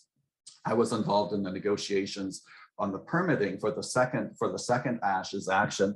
And there's video of both the first and the second Ashes actions, and the first was met with like a barricade of police horses, and no one got to the White House. I mean, it was really contentious and it was really dangerous for the participants. And so by the time of the second Ashes action, I helped with that organizing process, and this was before I went to law school. But one of the things that we had collectively decided was that the goal of this action was to take the ashes to the White House and to throw them over the White House fence. That we wanted to do that. And so as part of the negotiation with the police, we all agreed that we would scatter the ashes over the White House fence, not lob the urn. So, and that was this is of course pre 9/11, right? But no lobbing of urns, but scattering the ashes. And so that was when you see some of the video of that, it's just really emotional, very powerful, painful to watch, and again, really to help illustrate and highlight these aren't just like symbolic, fake tombstones that we're dealing with. That we're dealing with real people in real lives. So also in this kind of political funeral tradition of activism and ACT UP, it actually dates to an artist, David Jonovich, I believe is how to pronounce his last name, but he talked about when I die, just take my body to the steps of the FDA, right? And so it was in that vein that the Ashes Action was born, and then other political funerals too. So now we can go to the next slide, and we can talk to you about my partner's funeral. My partner, Steve Michael, died from AIDS in 1998, and he insisted, it's like, we have to up the ante. We can't use ashes anymore. We have to take bodies. And so when Steve died, I met with the same Park Police and the Secret Service and the MPD, Metropolitan Police officers that I had met with on so many previous actions that I had helped organize. And I said, look, we want to take Steve and we want to give him his funeral in front of the White House. And I said, we can either do this the nice way or we can do it the nasty way. Now, the nasty way is we're going to show up and hurl his body over the fence. We want to do it the nice way, and his mom is going to be here. So we want to do something dignified. We want to give him the solemn, homegoing that he deserves. And so we held an open casket funeral in front of the White House. And that's these are images of that. And Steve's mother and I marching arm in arm, to honor her son. So I mean, this is an example of direct action and setting a goal and having a vision of it, and then being able to pull pieces together. Direct action and protest requires so many people. So it's not just the people who are putting their own asses on the line in terms of doing an arrest as part of a formal protest. It is a whole continuum of people who were involved and engaged, participating, who are helping with the outreach, who are helping with the legal support, and who are conducting those negotiations with the police and serving as marshals to make sure that the participants are safe, both from a law enforcement, but also from the horrible people out there who want to see us dead. So this for me, I mean, is like such an enduring and lasting legacy of my participation in this. But and so I just want to point to it as like, look, we're not just we're not fucking around here. That this is real stuff. These are real issues that we're talking about, and how do we underscore that? And so, I mean, we did that in this way, and in honor of what Steve asked for, and again, the tradition of that has grown up in AIDS activism of kind of bringing this truth to light. All right, I'm gonna go to the next slide. I'll pass it back to Kristen. So I think one of the really important parts when we're thinking about our own direction is the 5 W's, which we hear everywhere. So we're going to adopt them a little bit. But it's, again, it comes down to storytelling. We've heard about how to tell your story. And I kind of view this as the continuation of getting your story out there. So you have to know, why are you doing it? What are your demands? So what are you asking for when you're doing this public action? Who are you targeting? That could be very physical in a broad way in that you're showing up at a particular site, or it could be like, who is your audience? Are you reaching out to all of your state senators because they're voting on a particular bill? And then where and when will you be holding it? The most effective actions are when something is timely. So something happens. Obviously, the insulin pricing crisis has been catching the attention due to the work that's been put in for so many years. So that's really paved the way for direct actions to have the most potency. And I want to highlight T1 International's advocacy toolkit right now, because they do a lot of work in identifying what your purpose could be. So there's resources out there. So if you're like, I really want to hold a direct action, but I don't know how to go about it, I think that's a great toolkit. And we have a lot of resources within our community right here. And can I just chime in to kind of lift up that part of direct action is that you're educating reporters, you're educating policymakers, you're educating the general public or whomever your target audience is. And so that's why having things like fact sheets, by having one pagers that really talk about the issues and talk about the demands, talk about your vision, but then also includes things like data, citations to information that behind every anecdote and every personal story that you're hearing from people and about their experience with insulin rationing, then there are here's the numbers of what that looks like. And so a key component is in terms of being thoughtful and effective and targeted in approaches is, again, providing that information, because part of what you're doing is framing, and part of your objective is either influencing a court or thinking of an issue, or legislators who are considering bills on these issues. Definitely. I mean, a part of storytelling is combining the really human interest, putting our story front and center, and then we already have the facts that go along with it, which is what makes it really powerful. What I've seen in my time with direct action is that it takes those who are most affected by the story and often disenfranchised reclaim their story. So we think of the narratives that PBMs and pharmaceutical companies have been able to put out there because they have tons of money and tons of access to all the sort of resources that regular human beings don't. We don't have millions to spend on advertisements saying why and point fingers at each other about why the prices are the way they are. So with direct action, we get to say, we're going to make the narrative, we're going to control the media, and we're going to tell you why our story matters. So often we get co-opted, and I have just seen how powerful it is to be able to, we don't always get the quotes we want necessarily in the newspapers or the sound bits we want, but part of our story will get there that would have never gotten there if we went through, historical, normal, quote unquote, mainstream channels. So I'm going to get into a little bit of considerations for people with diabetes. I didn't mention this earlier. I'm a person living with type 1 diabetes. I have been for 15 years, and I have participated in direct actions, both in the civil disobedience way and from the background perspective.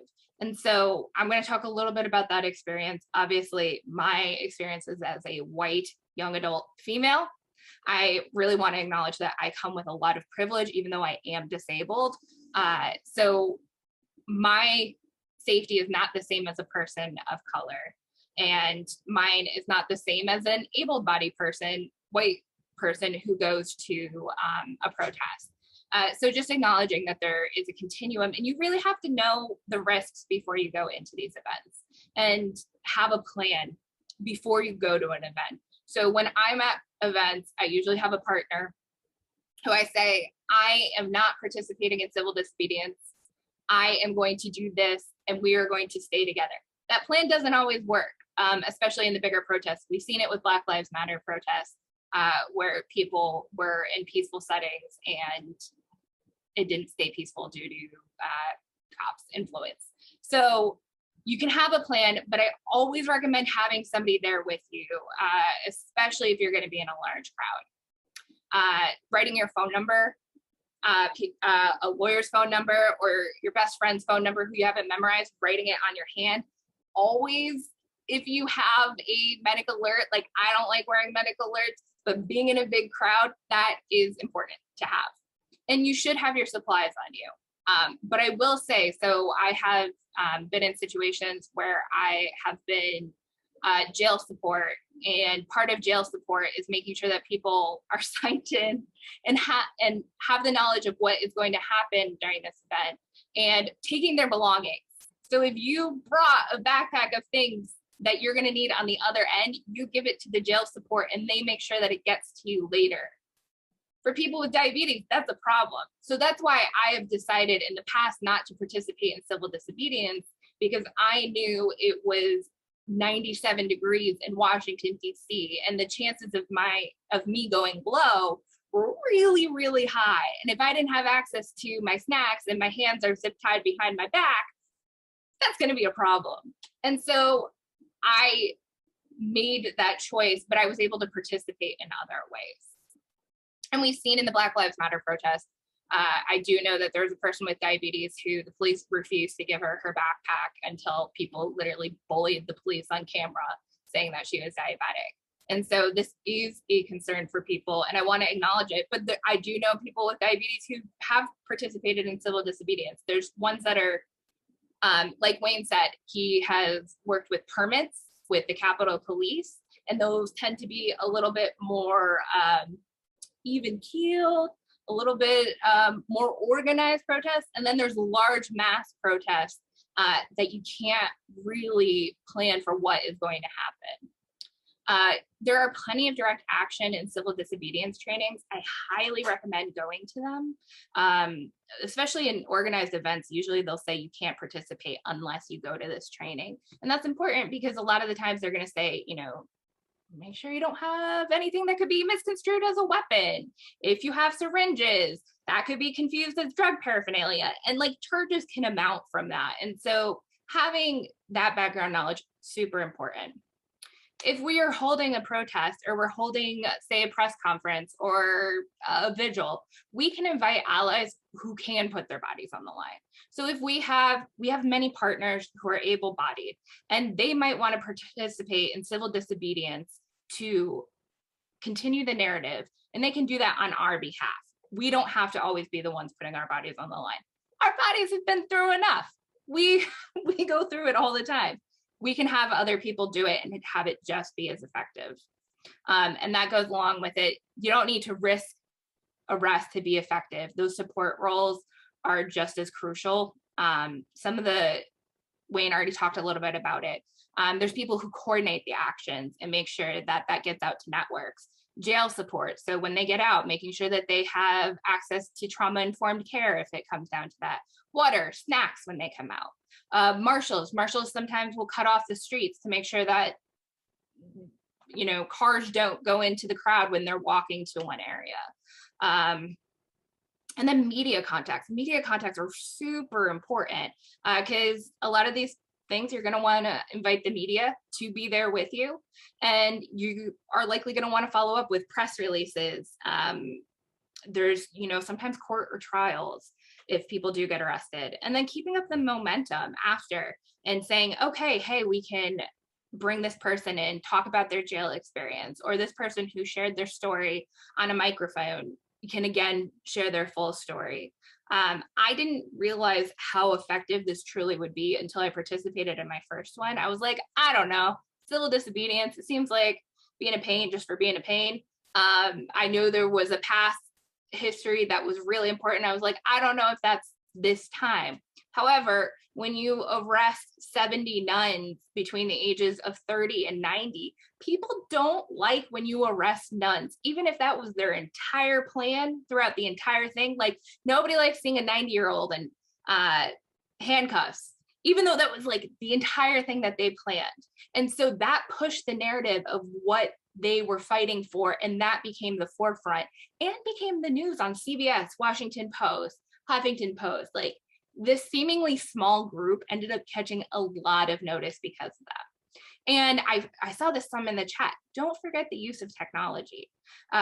Disabled folks have been using technology for ages as a way of activism. I think of Frida Kahlo painting from her bed as a way of activism. Just if we can't get out there, especially honoring that COVID is a real thing right now, Twitter, live tweeting, live streaming, making videos, all of those are very valid expressions of direct action. Phone banks, calling legislators, bird dogging, which is when you kind of go to a legislator session and hound them with questions on this one topic that they probably aren't talking about. Before we go, we just want to leave you with some resources. I can put those in the chat after. We have the advocacy toolkit, the amicus brief that Wayne talked about, Lawyers Guild for legal resources. I know we have a few lawyers in here. Having a lawyer in your back pocket is always helpful when you're planning these things. 198 methods of nonviolent action from the Albert Einstein Institute. I promise you can find one that can fit in your schedule and your time and your abilities. And then ACT UP has an amazing civil disobedience index. It's from the early 2000s, but the information is still so valid today. And then Wayne, do you want to share the quote from the end? Sure. I think we wanted to finish with this quote from the amazing late Representative John Lewis, who says, "Do not get lost in the sea of despair. Be hopeful, be optimistic. Recognize that our struggle is not the struggle of a day, a week, a month, or a year. It is the struggle of a lifetime. Never be afraid to make some noise and get in good trouble, necessary trouble." And so again, we have to make noise because if we're silence equals death. I don't know if we have time for a Q&A, but I can also answer some of these questions in the chat. I'm going to leave that up to T1 International staff and the powers that be. 5 minutes. Okay, great. I saw one question about, can you talk more about how most civil disobedience is planned and the role of the pre-planning and organizing? I think that's a great question. Wayne, do you want to take some of that?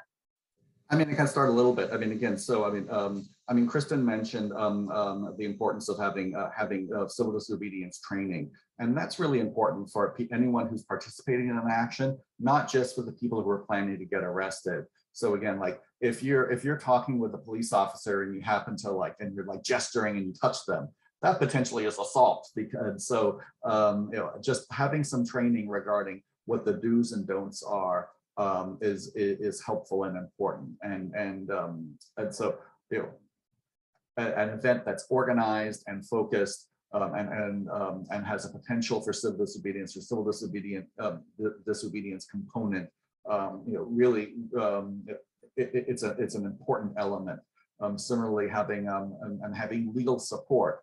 So I mean, protests in Washington, D.C. can be especially challenging because one block or one sidewalk is under the control of the Park Police, but across the street it's under control of the Metropolitan Police or the Capitol Police. And we have actually 26 different law enforcement authorities in the District of Columbia. Even the zoo has their own police. And so, knowing what the authorities are and then knowing what the potential charges could be. So occupying a congressional office versus chaining yourself to a desk could up the charges. And so knowing what the potential exposure is.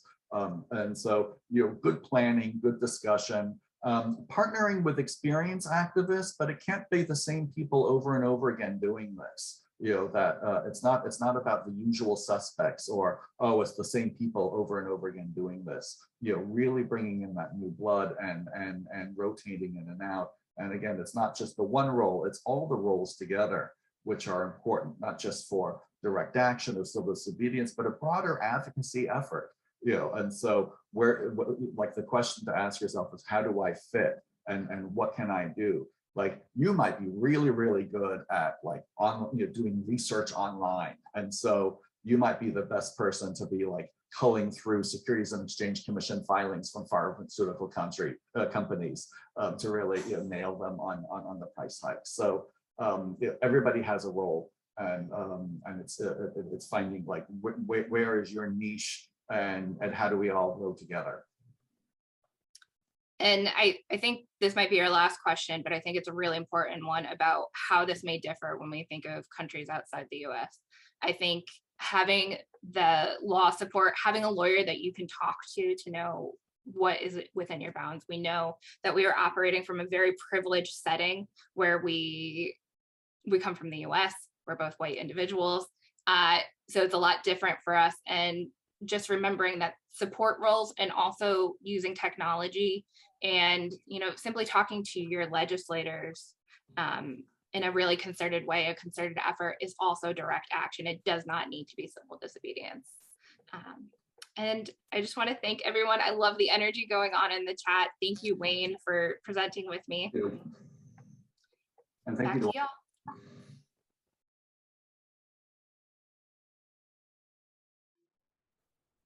Hi, I'm Sana, and I'm the founder and executive director of Meethi Zindagi.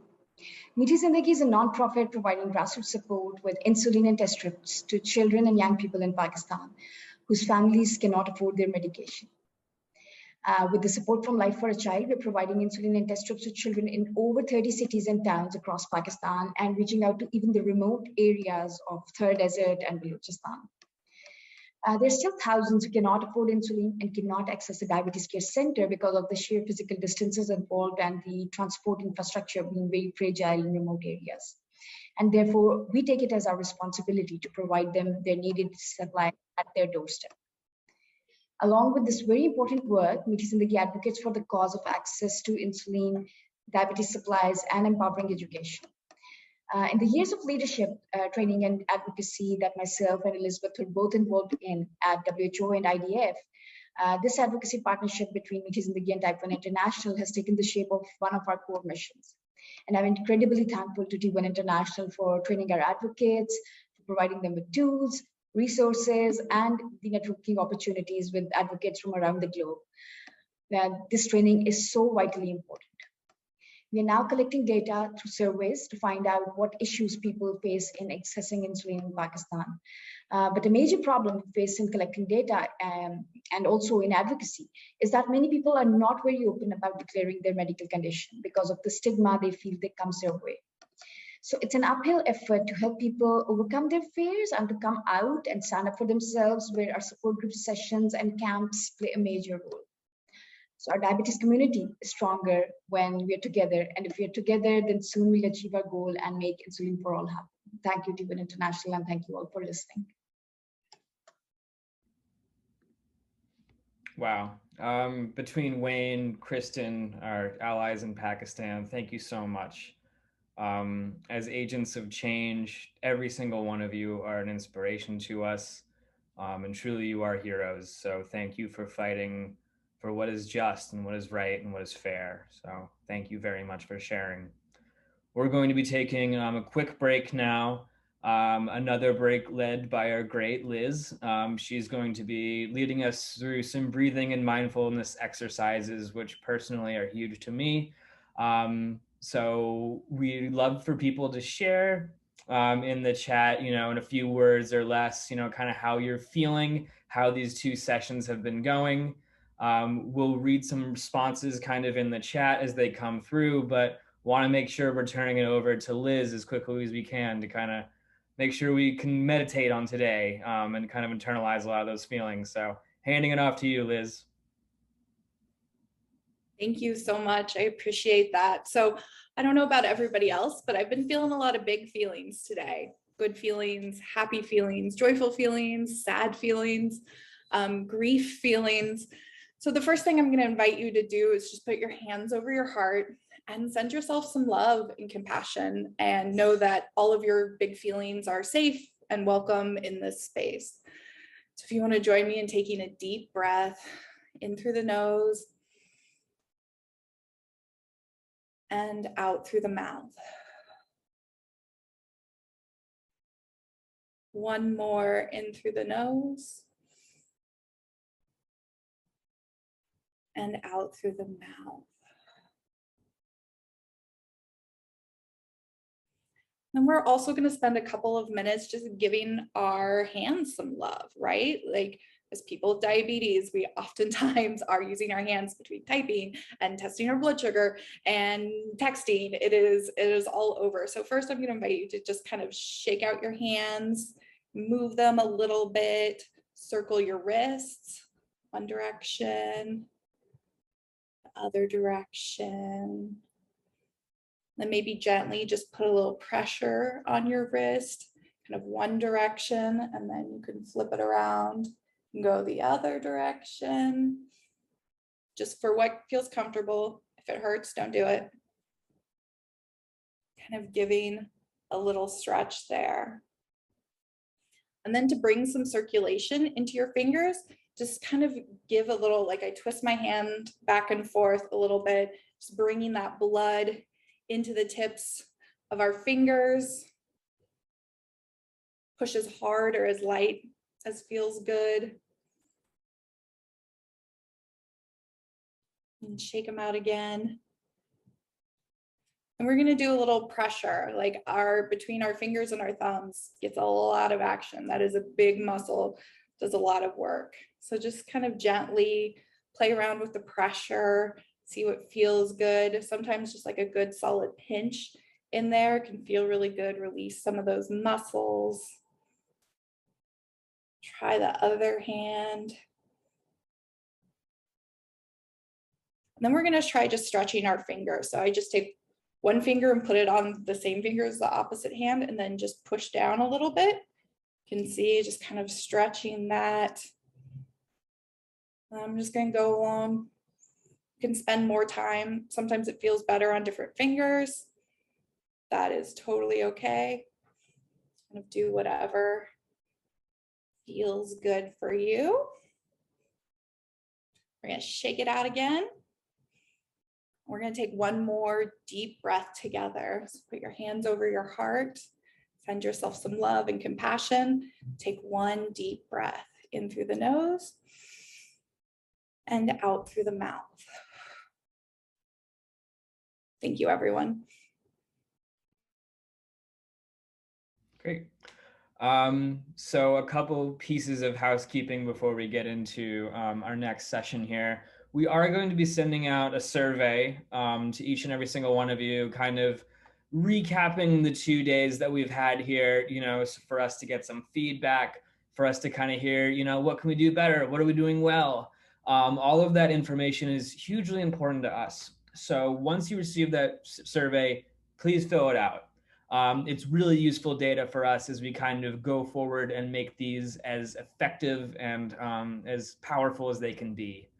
I don't know about you guys, but certainly these past 48 hours have been emotional and heavy. And I just want to remind everyone that that's a good thing. It is okay to feel those things, and it means that you care. And that's a good thing. So for kind of our last chunk of the day or so, I'm going to be passing it over to Liz and Zain, who are going to be talking about why it's crucial to build this movement with a focus on collective action. So passing it over to Liz now. Hi, thanks, Ian. Hi, Zain. Thanks so much for the introduction. I'm so glad to have Zain Rizvi here. I'm going to just share my slides to kick off this session. We're going to be having a little chat, and we're going to spend some time doing some breakout rooms to get to discuss this topic a little bit. So yeah, we're going to be talking about combating the hero myth with collective action. Why is it so important that we sort of act as a collective? And I think we've heard a lot of great reasons over the past 2 days. But Zain, would you like to introduce yourself and kick us off with some initial overview thoughts? Sure, thanks, Liz. Hi, everyone. My name is Zain Rizvi. I am a law and policy researcher at Public Citizen. Public Citizen, for those who don't know, is a consumer advocacy organization based in Washington, D.C. We work on all kinds of issues, democracy reform, the environment, and also healthcare. And so I have been working closely with Liz and many others on this call on insulin access issues, US drug pricing at large, and then of course, global access to medicines issues. So I thought I'd start by framing things by really understanding, what this is about in a sense, right? I think a lot of us understand kind of the policy stakes, right? The kind of personal stakes as well for many of us when it comes to accessing medicines. But I think it's also extremely helpful to understand the pharmaceutical industry. And some of this is well known, but let's just state the facts, right? Let's be clear-eyed about what the facts are. The facts are that the pharmaceutical industry is one of the most powerful industries in the world, right? The pharmaceutical industry spends more money lobbying than pretty much anyone else. The pharmaceutical industry, here's a crazy stat I found. From 1999 to 2018, pharma and health products spent $4.7 billion on lobbying and campaign contributions. This is just within the US, right? This is not even talking about kind of the reach of the pharmaceutical industry around the world. And we know it's there, right? We know this, we know it's there. In the US, for every member of Congress, there are 2 lobbyists registered for the pharmaceutical industry. So your political officials are outnumbered 2 to 1. And yet, even as we know this, and I should also emphasize for a lot of the folks who are working at the state level, this is also true at the state level, right? Like I don't have the particular stats, but you can imagine there is an enormous pull exerted by the pharmaceutical industry, even at the state level. Every time a state kind of tries to do something on drug pricing, you can imagine kind of, pharma's vans pulling up near the state legislator. So I wanted to state that just to kind of make sure we understand the scope, of really what some of the challenge is, and not to say it in a sense that's kind of dispiriting or depressing or makes us overwhelmed, but to recognize that even despite these facts, even despite the power exerted by the pharmaceutical industry, there have been remarkable victories, right? We have seen remarkable victories over the past 30 years when it comes to many pharmaceutical issues. So you think about kind of the AIDS activism that I'm sure other folks have talked about in the late 80s or the 90s, whether you talk about kind of some of the global work that went on in the 2000s, early 2000s to make HIV medicines affordable all around the world. And so we know that we can win. And then the question is, so how do we win, right?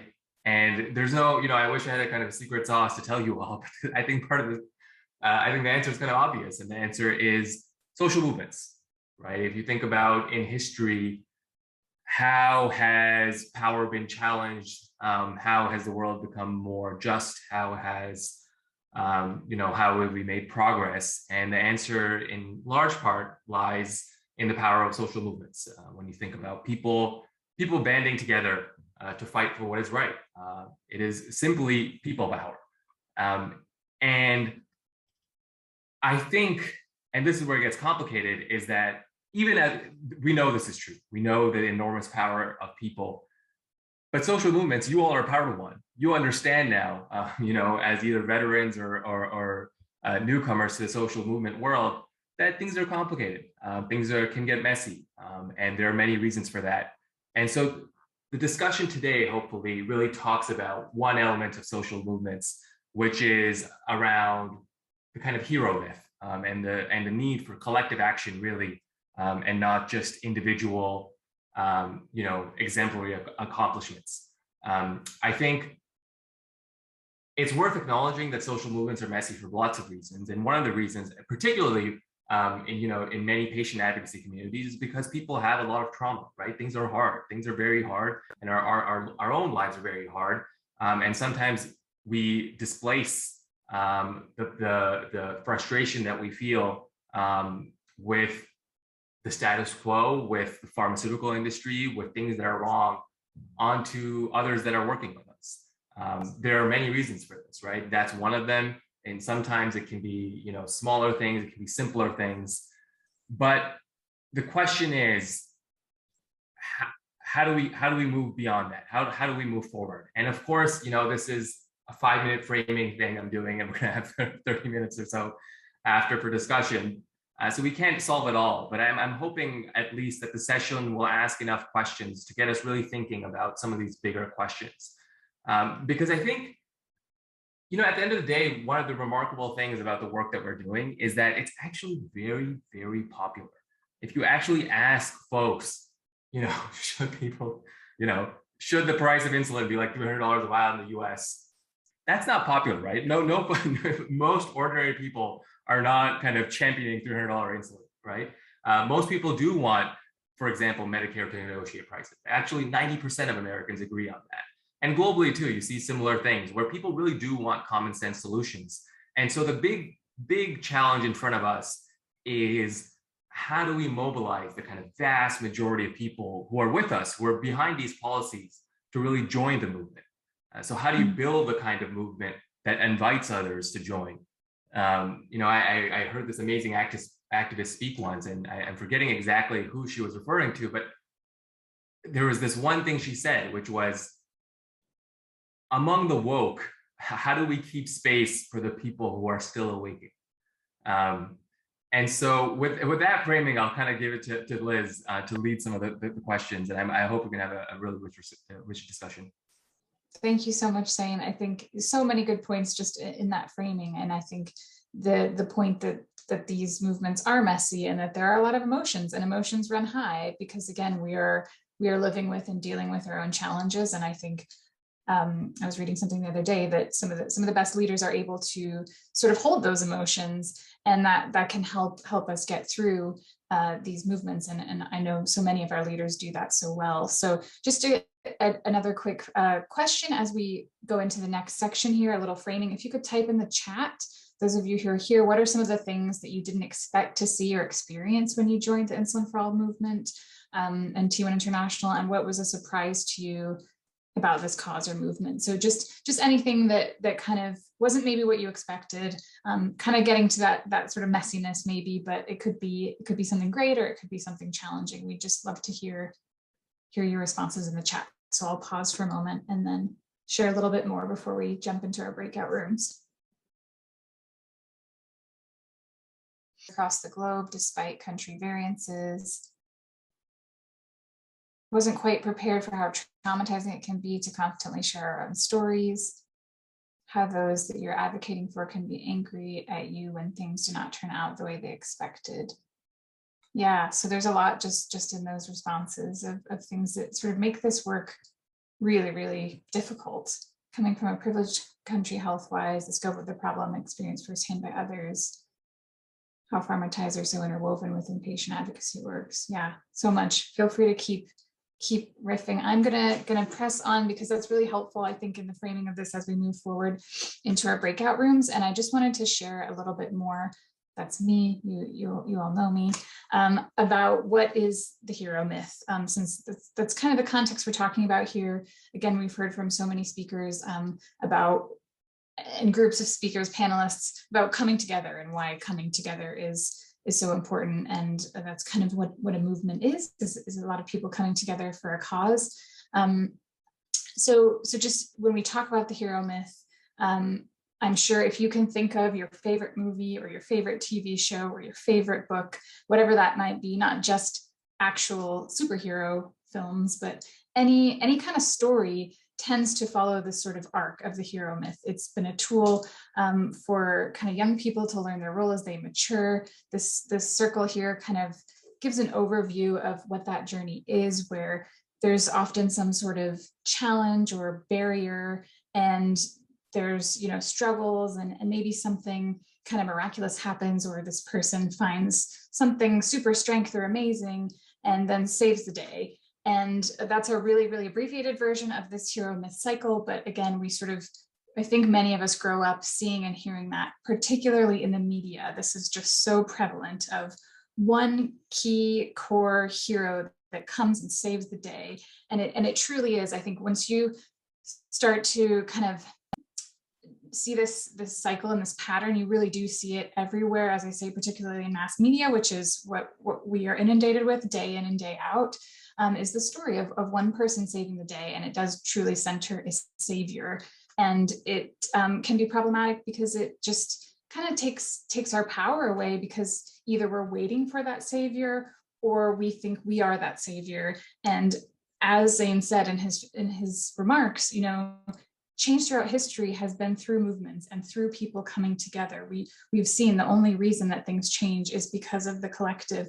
There are faces that and names that we know that come up again and again, but actually those were, you know, maybe the spokesperson, but there was so much going on behind the scenes, which we heard a little bit about in the last session. You know, the planners, the people that are actually unseen and often forgotten in the history books. It took a village, it took a whole community to make these changes. And I think it's just so important to kind of notice when that hero myth is playing out, and that it's often, you know, from a very patriarchal lens as well. Often it's a male there at the front. And so there's a lot of privilege points that come with that too. So that's just a little bit about what the hero myth is, and kind of why maybe we want to break that, to bust that myth a little bit, because we are, of course, we have power within ourselves, and we want to feel like we have agency in our world. And I don't think that there's an issue with that, but we do kind of want to try to focus and find these alternative narratives that show people coming together, a wide range of people, not a homogenous group of people, but a diverse group of people coming together to really change a situation, rather than, you know, people kind of going off and doing their own thing and hoping that they can change something. As this little image shows, we're so much more powerful when we come together and bring our power into something that's going to take on the big problem of big pharma, which Zain just talked about.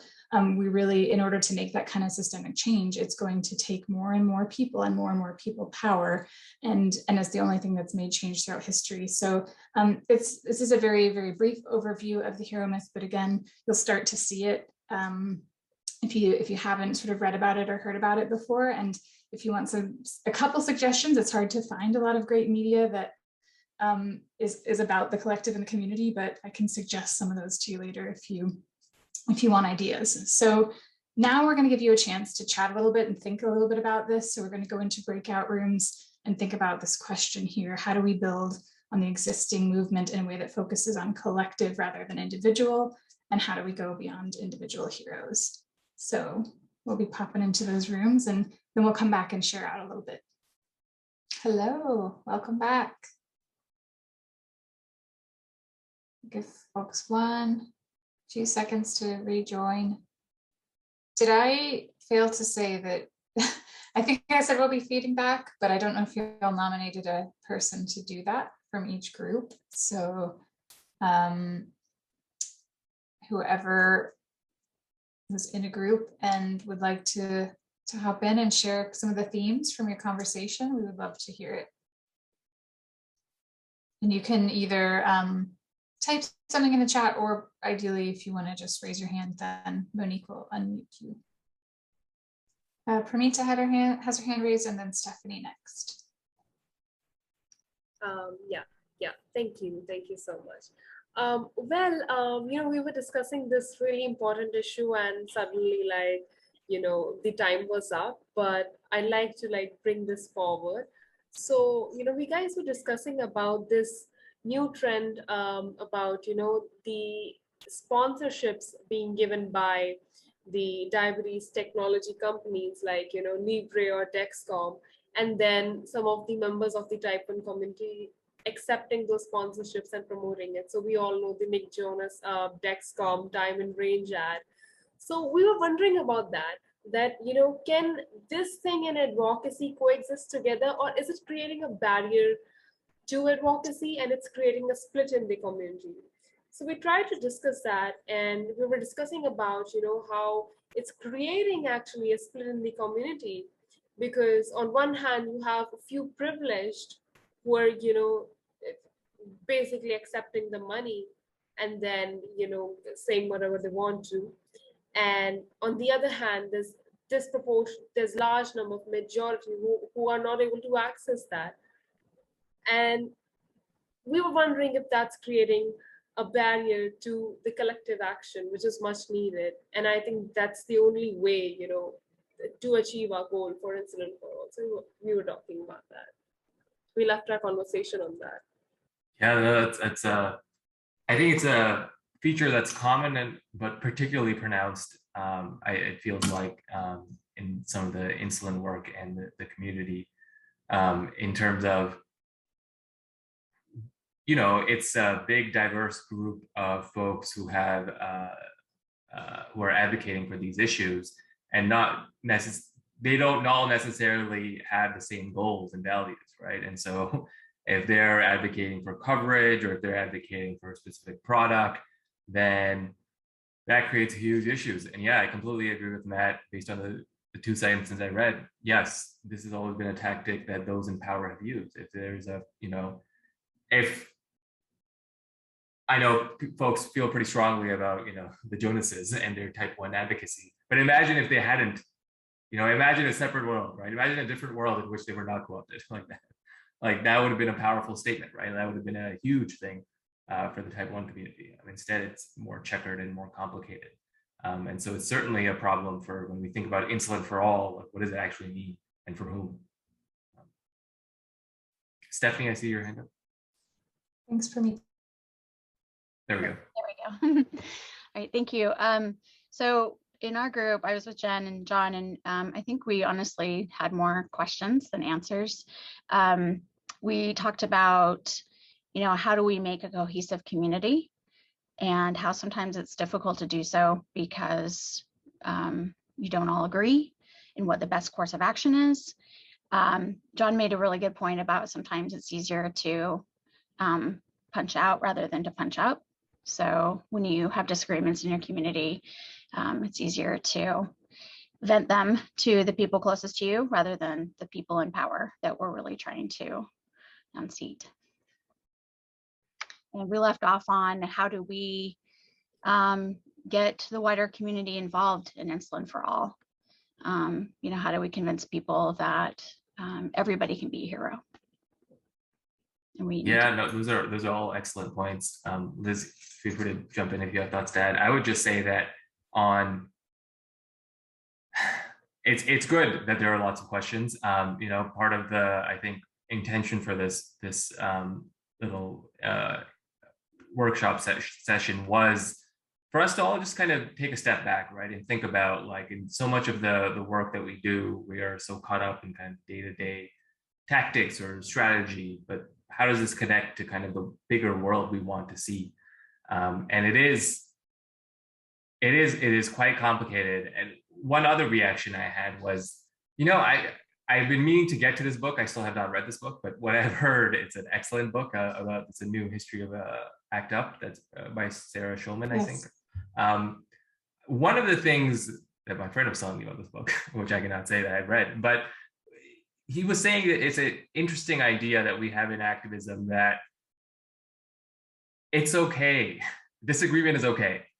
Disagreement is okay. And it doesn't have to be necessarily the case that all the members of a very big, diverse community have to agree on every single thing.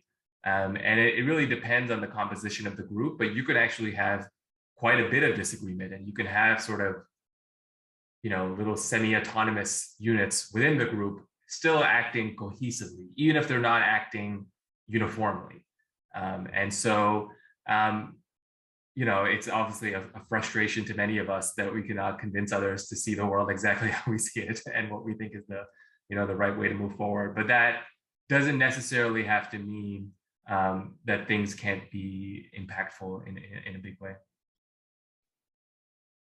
Totally agree with that. And I think, the questions will probably always be there, but I think just talking about this and like naming that it's there, and just like you said, saying like creating what we've been talking about actually with our work with Colibri as a team, is like creating spaces for dissent, and that's okay, and that like we don't need to be afraid of that, and that can often make movements stronger by what one person's pushing from one tactic and another person's pushing from another tactic. I know if you're building, say a local chapter and you have a limited number of voices, I mean, that can take different shapes and different forms and different contexts. But I think, just like holding that space for that. And even if it feels like it takes a bit more time up front, it's probably going to make your group and your community stronger. Any other questions? I think we actually probably timing wise need to move on to the next question. So we'll keep building on this with the next one, which I'm just going to pop on the screen again. And just again to kind of context forming when we're talking about kind of avoiding being too focused on heroes. A great book called Unapologetic by Charlene Carruthers has some really useful stuff about movement building. I highly recommend it, but she says lone wolves in movement work can move fast, but can only advance transformative change as far as they're connected with people. So just kind of reiterating some of the things that we've already said. Those people and those connections might be messy, but they're so important. So next question, this is the second and last question of this session. How can we uplift lesser heard voices and perspectives in the movement? Especially in terms of historically excluded communities and those unsung heroes. So some of those, again, behind the scenes, people that aren't in the media, people that aren't the most visible. What can we do to help uplift and maybe bring more of those folks in? So we'll hop into breakout rooms now. Welcome back. Who would like to share any nuggets from your conversations that you just had? All right, I think I'm unmuted now. So we were just saying that essentially going into just being supportive, like for myself, I was mentioning that being a person of color, when we're in this space, there's not very many, just being open to repeat myself and share my story and like kind of hold space for people who are like, okay, she's gone through this, she looks like me, I can maybe talk to her, or I can, because she's done that, I can also potentially share my story also. I think that's just one of those things where we're all kind of different. We all have these aspects of ourselves that someone is going to be interested in. We all have, like for me, I'm a storyteller. So just being able to share that story over and over and over again. Well, I work with children, so I have to repeat myself constantly anyway. So I think that's super important to be able to do. And I also had mentioned, Renee had said, don't you get tired? Because I did say that when there's a moment to advocate, I don't turn off, which I feel like it's kind of energizes me when I see like in the diabetic in the wild and be able to be like, and they're asking my daughter questions and we're able to facilitate conversation. And I think that's just super important to be able to just hold space for people by being who you are. Yeah, that's so important, and just really appreciate your willingness to sort of repeat for that new person or somebody who needs to hear it again. That's huge. Yeah, no, I agree completely. And I think also it's so interesting, right? Like, depending on which spaces you're kind of present at, I've also found that like, even when you're advocating, right? Or even when you're speaking to people in the media, like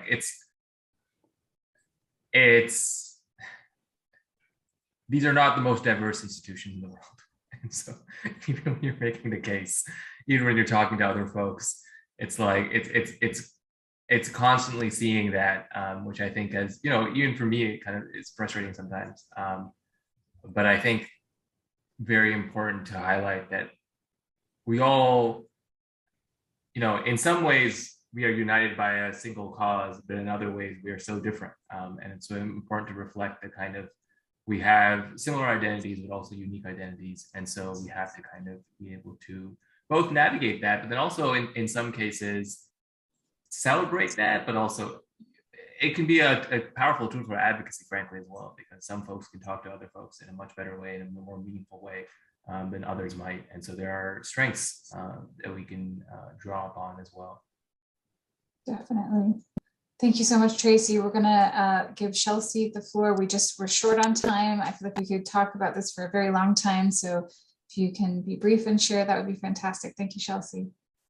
Just echoing what we were discussing in our small group, how we want to amplify those melanated voices.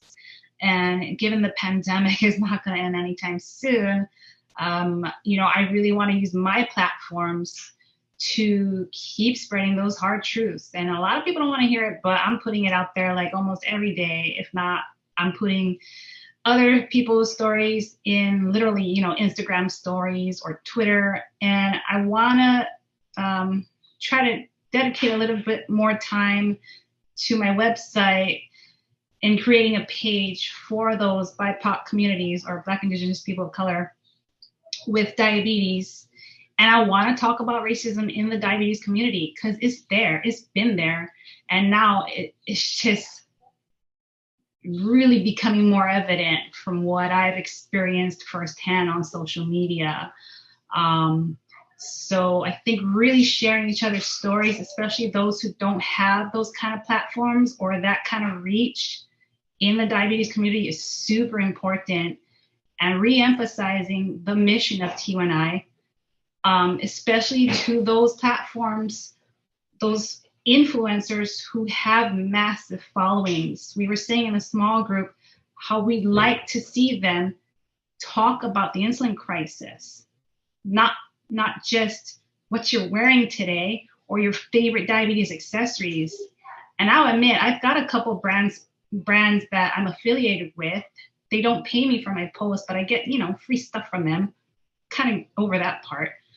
But it's important we share all aspects, but really now driving the force to battle the crisis that we're all facing. We're facing multiple crises.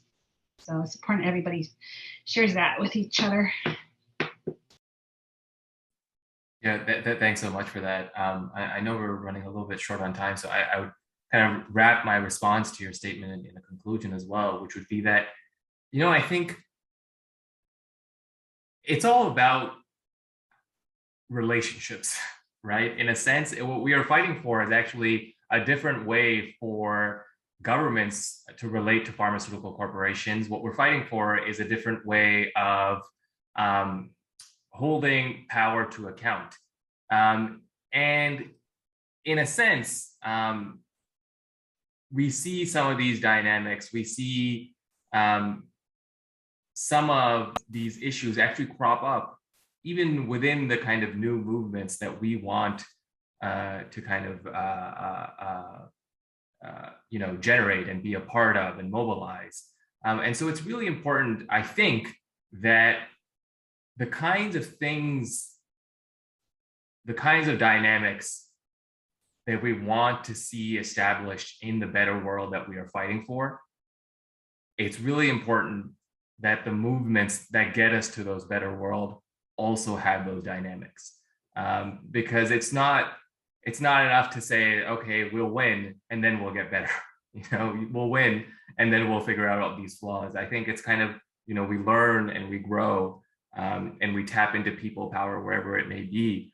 And that's how we take on, some of the most powerful industries in the world and hopefully make insulin for all a reality for everyone. Yes, thank you both so much. Last little screen share, I promise.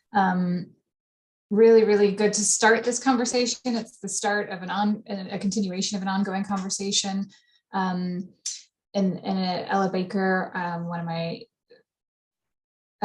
idols, organizing idols, did a lot of that work behind the scenes. She said that there's a danger in our culture that because a person is called upon to give public statements and is acclaimed by the establishment, such a person gets to the point of believing that he is the movement, he or she is the movement, they are the movement.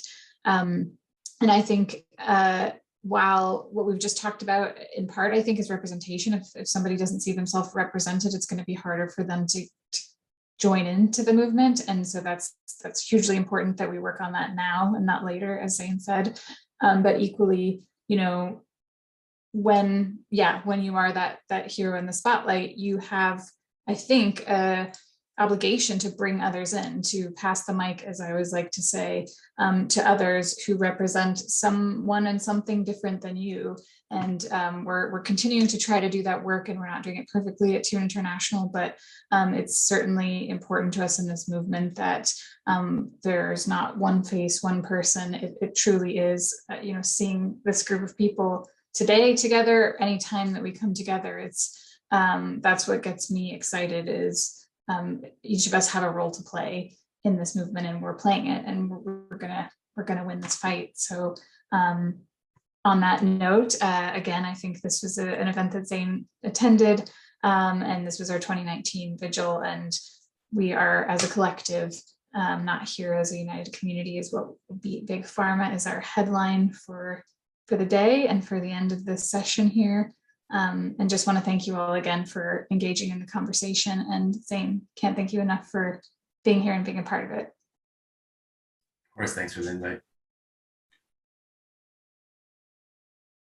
Also, I think we're wrapping up now. So thank you everyone for sticking around. I know it seems like we're going a little bit later than anticipated. And I really loved the conversation around, I think when I was learning about organizing, there was a term called prefigurative organizing, which is trying to be the movement or the world that you want to see, and kind of living out your commitment towards equity and justice and liberation in your actions, and not using the master's tools. Really appreciate hearing that conversation today.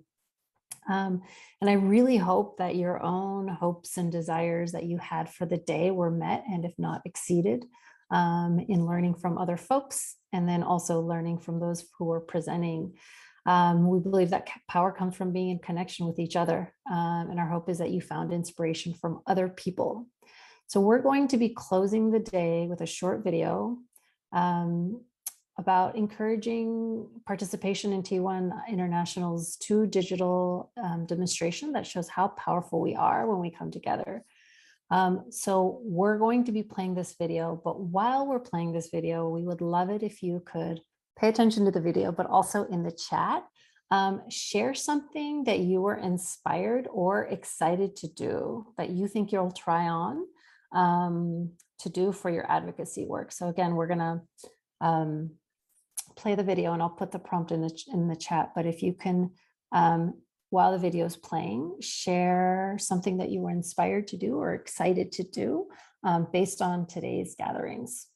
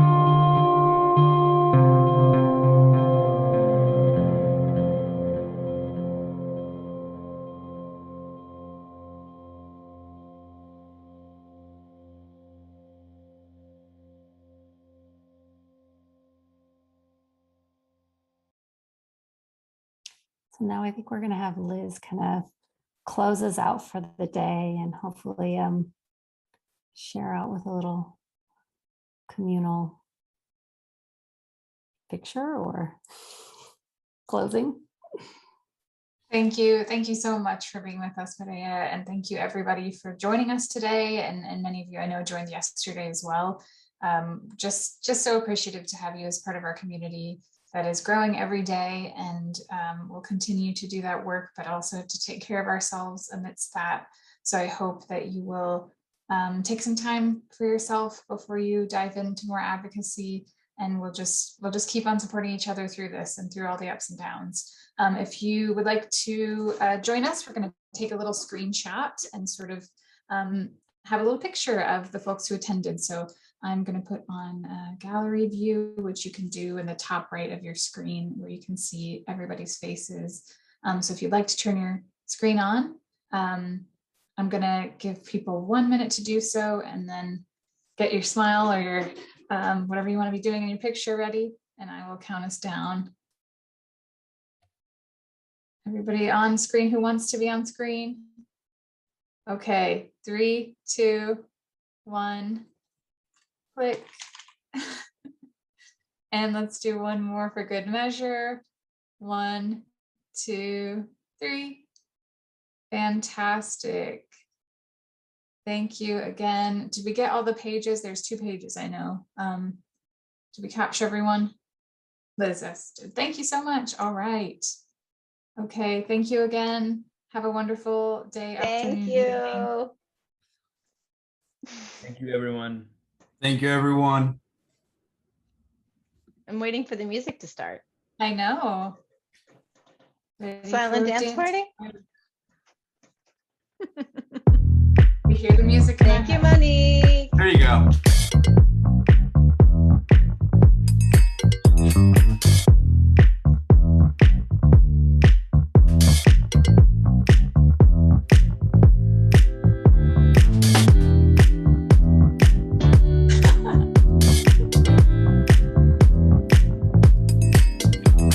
Your spotlight it for me. Oh, Larry. God, no. Yeah. It's the circle. We pushed it to the circle. Yay. Gently guided to the circle. Yeah.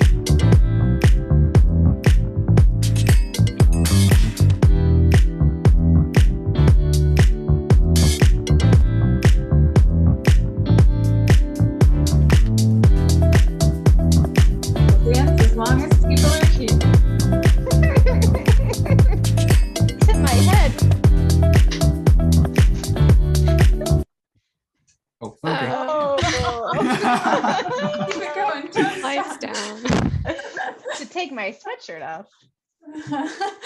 We're gonna have a sweat, huh? All right.